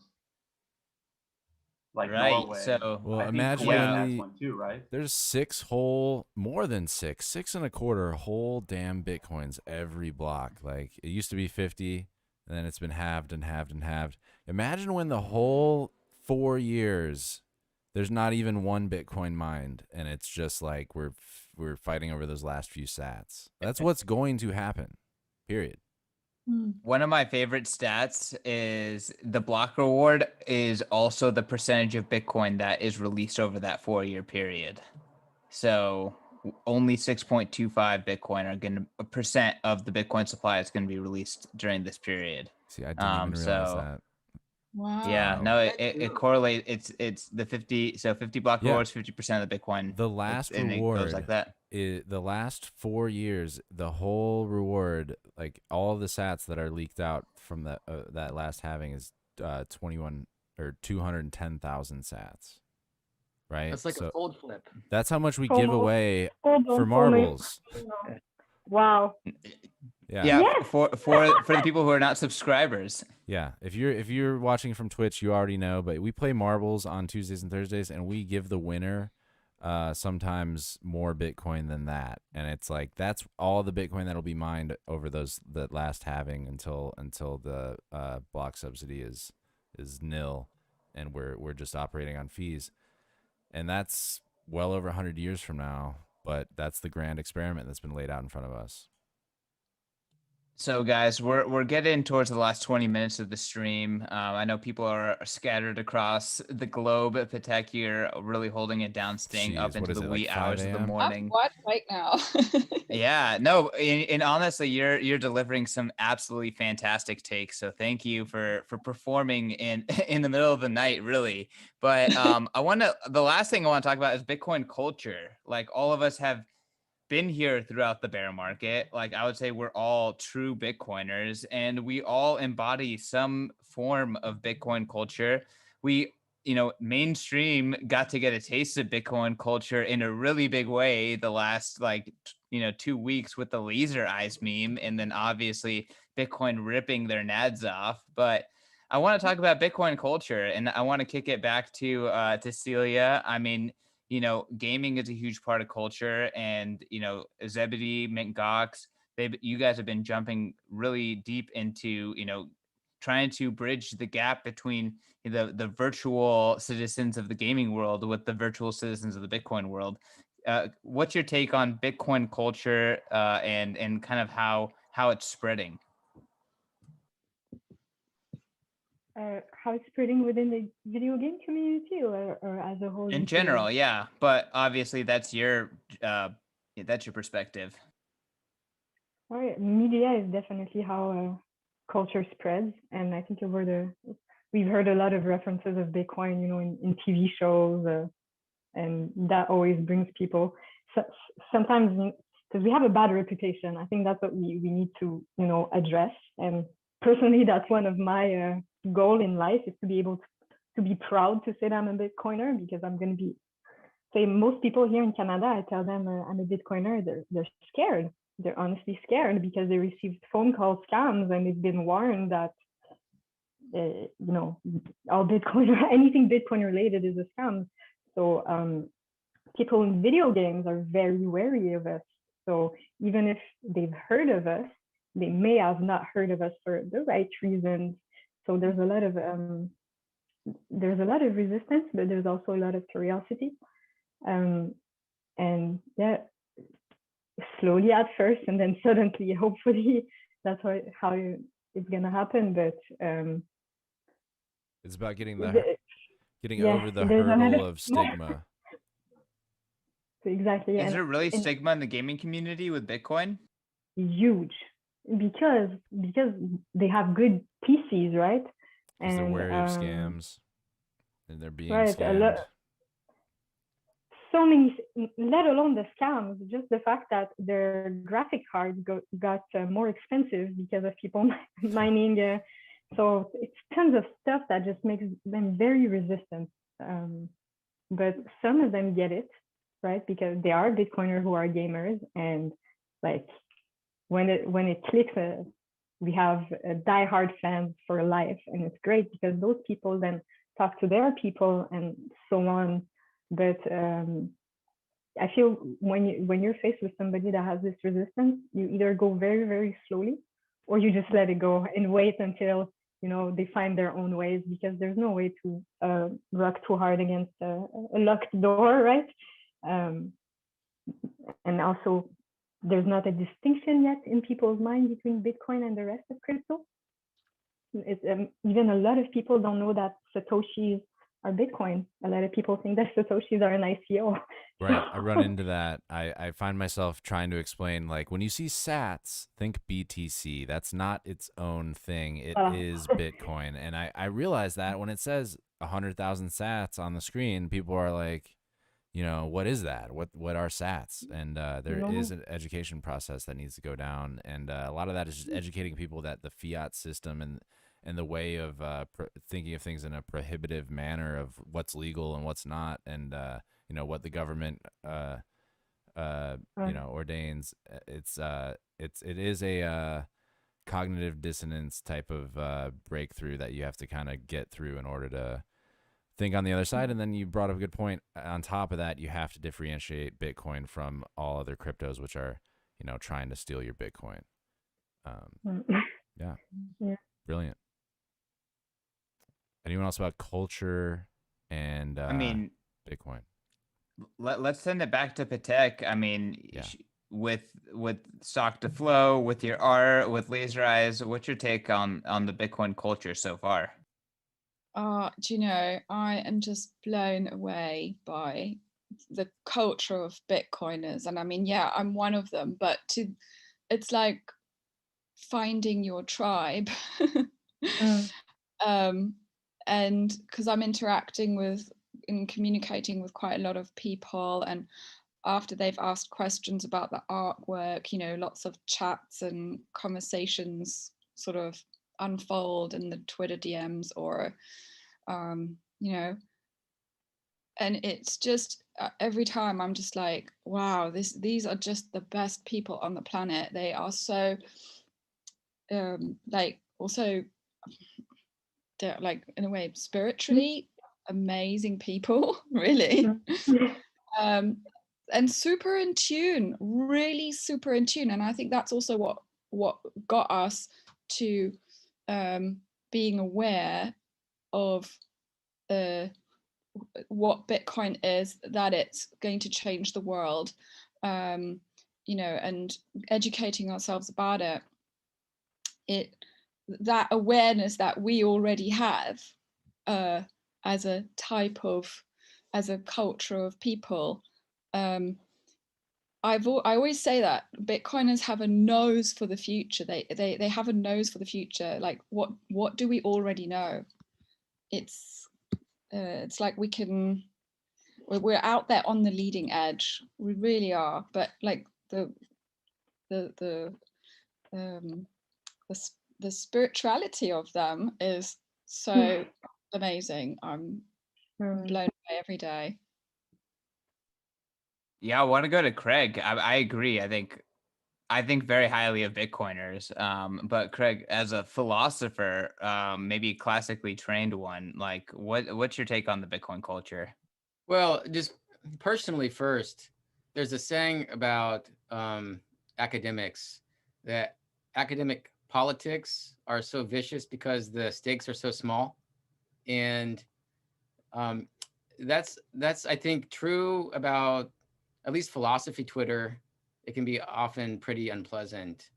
A lot of grandstanding, a lot of attacking, just a lot of bad behavior. And while this does happen to some extent in any community, I found Bitcoiners to be supportive and overall positive. And that may be because of a corollary of the vicious and small stakes principle, which is that the stakes are so big, and so the people who are involved in trying to find them, they're, it seems to me, much less vicious and much more giving and generous of their time. Yeah, so this has been very enjoyable to me to venture out into working on Bitcoin, because I get to meet people like you guys who are so nice and smart. I mean, one of the reasons why I was drawn in is because I felt like Bitcoiners were often the smartest people in the room, and so I just wanted to talk to more Bitcoiners to hear what they had to say.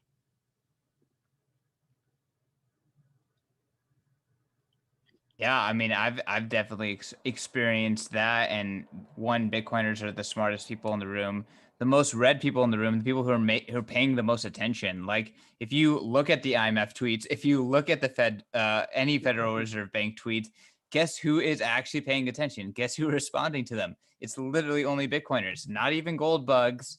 They're LARPers. They're LARPers. They don't know what's happening, and I don't mean to insult, but I mean, go to Twitter. Maybe there's just too many Bitcoiners on Twitter, but I think it's just we're the only ones paying attention sometimes. But we do also have that tendency.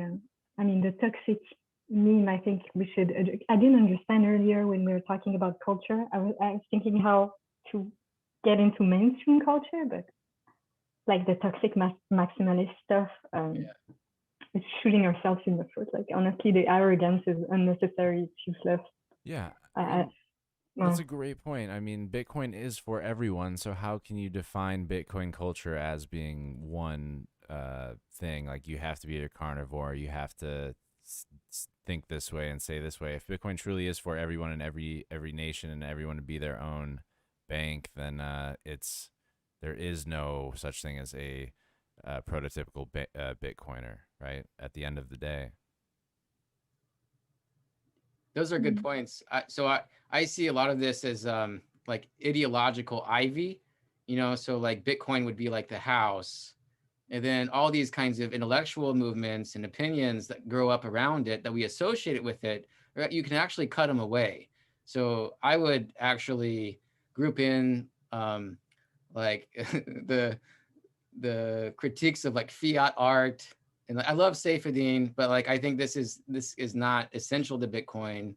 Carnivorism, libertarianism, and yeah, like sure there is some toxic masculinity, like Celia said. Maybe I just don't follow a lot of these people on I think Twitter. she And said so maximalism, not masculinity, but yes. yeah, but no, Oh, I okay, mean, okay. Yeah, that too. I mean, so yeah, toxic maximalism. That I see more of that. but is And maximalism toxic? no, I don't think it is in essence. But sometimes the way people behave is toxic. Twitter, right? We all seen it. Calling someone a I won't say that. I mean, I don't want to say it. I won't say it. I won't say it. If you call somebody a horrible name because they don't understand Bitcoin, then fuck you, right? Like, I mean, yeah, Yeah. it's that simple. I've noticed environmentalists and social justice warriors really generalizing Bitcoiners a lot without and now doing any libertarianism research. is becoming like an alt-right mentality or something, because they're trying to like equate this plus that plus this plus that equals bad. So like, let's lump it all in together and say like all these things are bad, and they're bringing libertarianism as a concept into that, because like I think because of Bitcoin, they're trying to say this is a bad way to think. Don't be anti-government, you know. Don't be pro freedom. We always have to control the narrative. Pro freedom equals dangerous, bad. Yeah. Why are you anti-choice? Can't. Why Let's don't you talk about the trust Bitcoin us? culture. Trust us. Can't. I know that you're well acquainted with the gold culture. You're well acquainted with like other kind of schools of thoughts and macro. What makes Bitcoin different? What makes Bitcoiners different? I think, let me think. This is kind of a difficult question. It's a little broad. I actually used to go to, when I lived in the Bay Area, I used to go to like the Ron Paul meetup, years ago, and I think the difference is you can affect a lot more in terms of change, but through use of the monetary unit. I mean, that's where really all the power lies, right? Because that's how resources get distributed. That's the layer on top of the resources. So it's a lot easier to kind of convince. I mean, yeah, it's a lot easier to convince. Money talks, as they say, and you know, if we can kind of fix the money system and change some of the directions that credit is going. I don't know if I'm really explaining this well, but I'm trying. Then that's kind of the way to affect change. I don't, I used to read a lot on like Lou Rockwell and some of those different sites.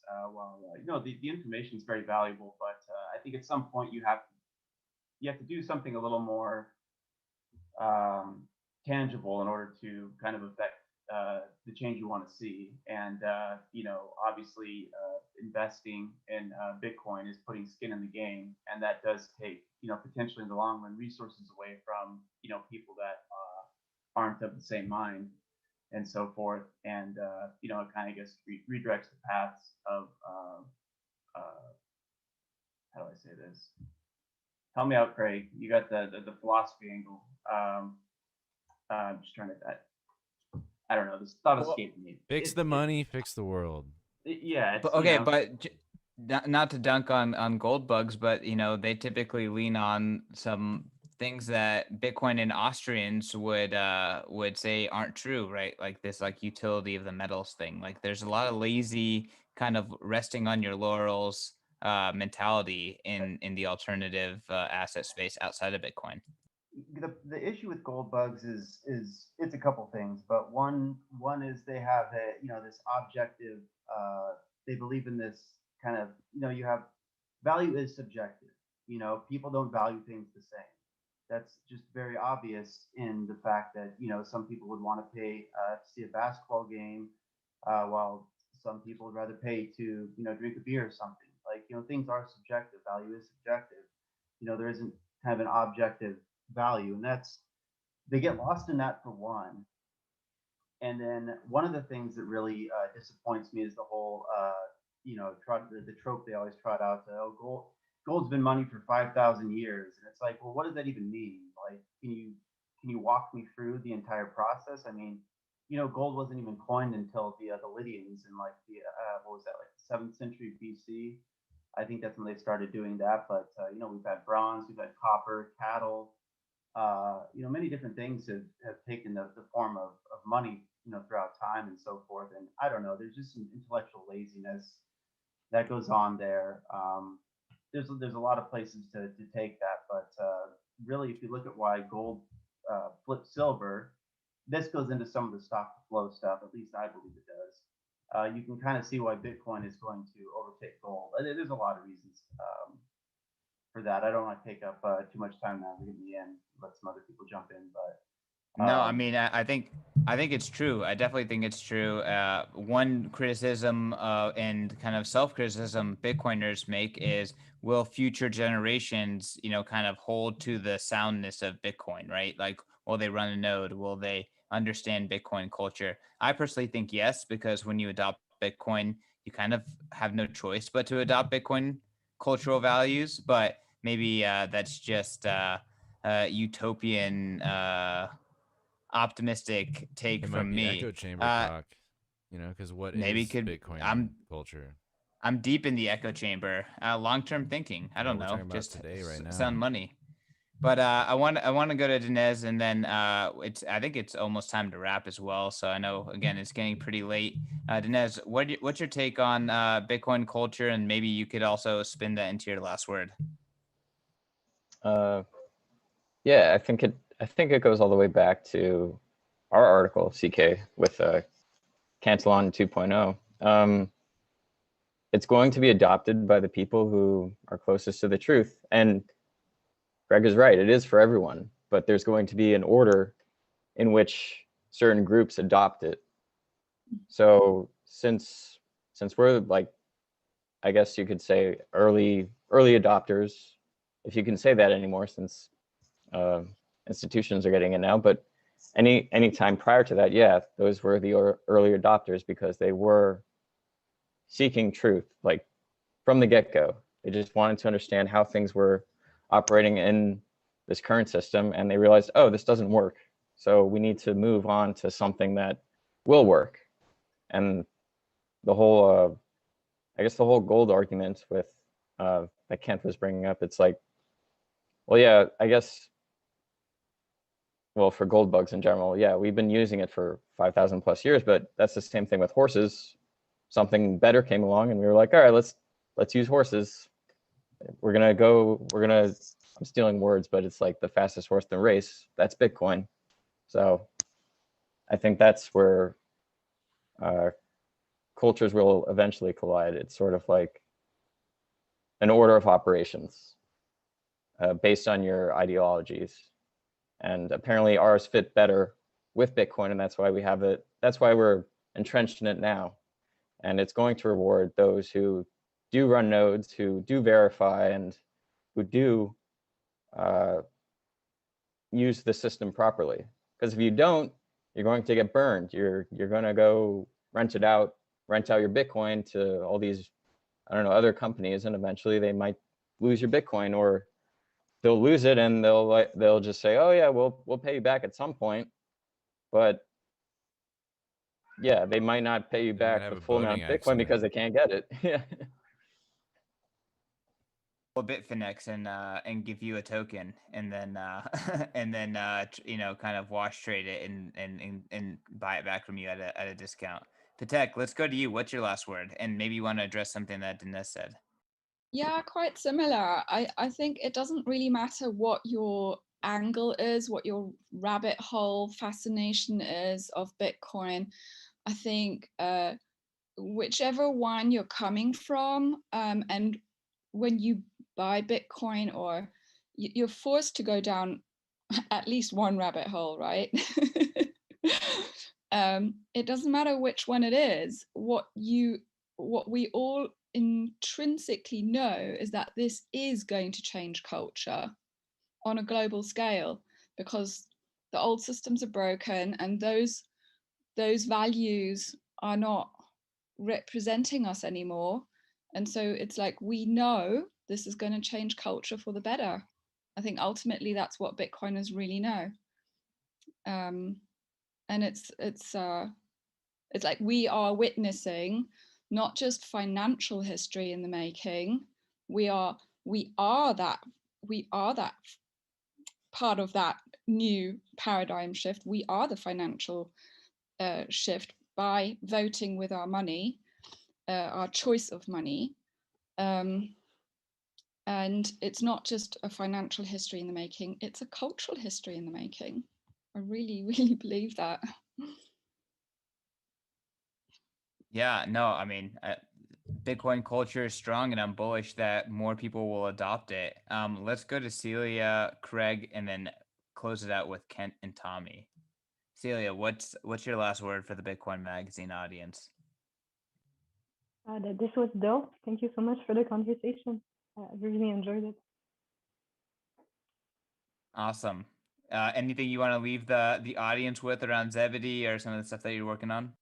Oh yeah, come play video games with us and win some Satoshis. The guests too, please come this Sunday, 2 p.m. ET at Mingux. All right. There you go. All right, let's go to Craig.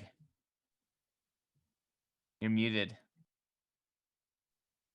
I'm a boomer.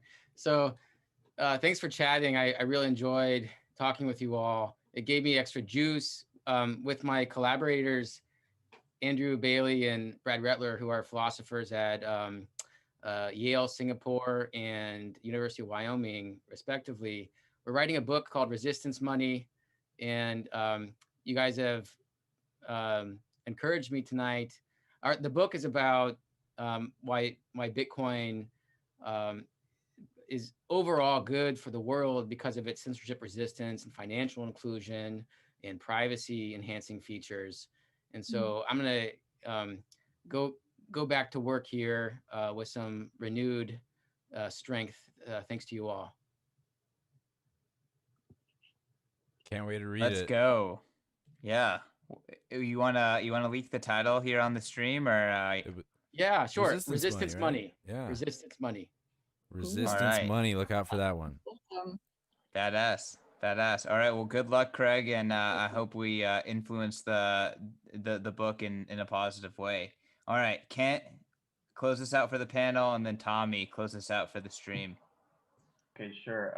I think what's really important, I was trying to explain it earlier, I think I have a better handle of it here, is the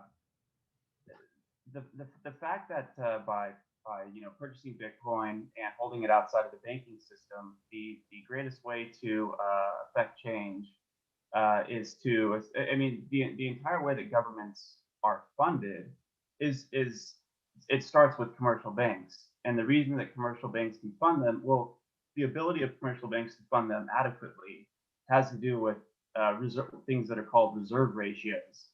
And that's based on, technically the amount of, deposits or whatever they have in their bank. So if you're taking that away from them, this goes into the whole fractional reserve thing, and I won't go into that. But in short, basically by taking your money and holding it outside of the banking system, there's really no better protest against the current regime or global regime or whatever you want to call it than doing what's being done here. That's I think the greatest way to affect positive change. Stay fiat broke. That's what I Go, always Tommy. say. Yeah. Thanks for joining, everybody. I hope you stuck around. This was great. Bullish as ever. I'm glad we influenced a philosopher here. You can quote me in that book if you feel like it. Go ahead. I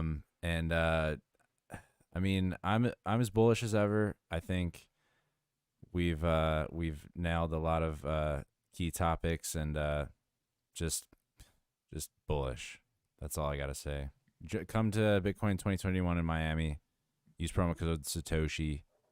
I've had a couple beers. I need to go to sleep. Get some dinner. Let's go. Roll the ad. Let's do it. Here comes the ad you've all been waiting for.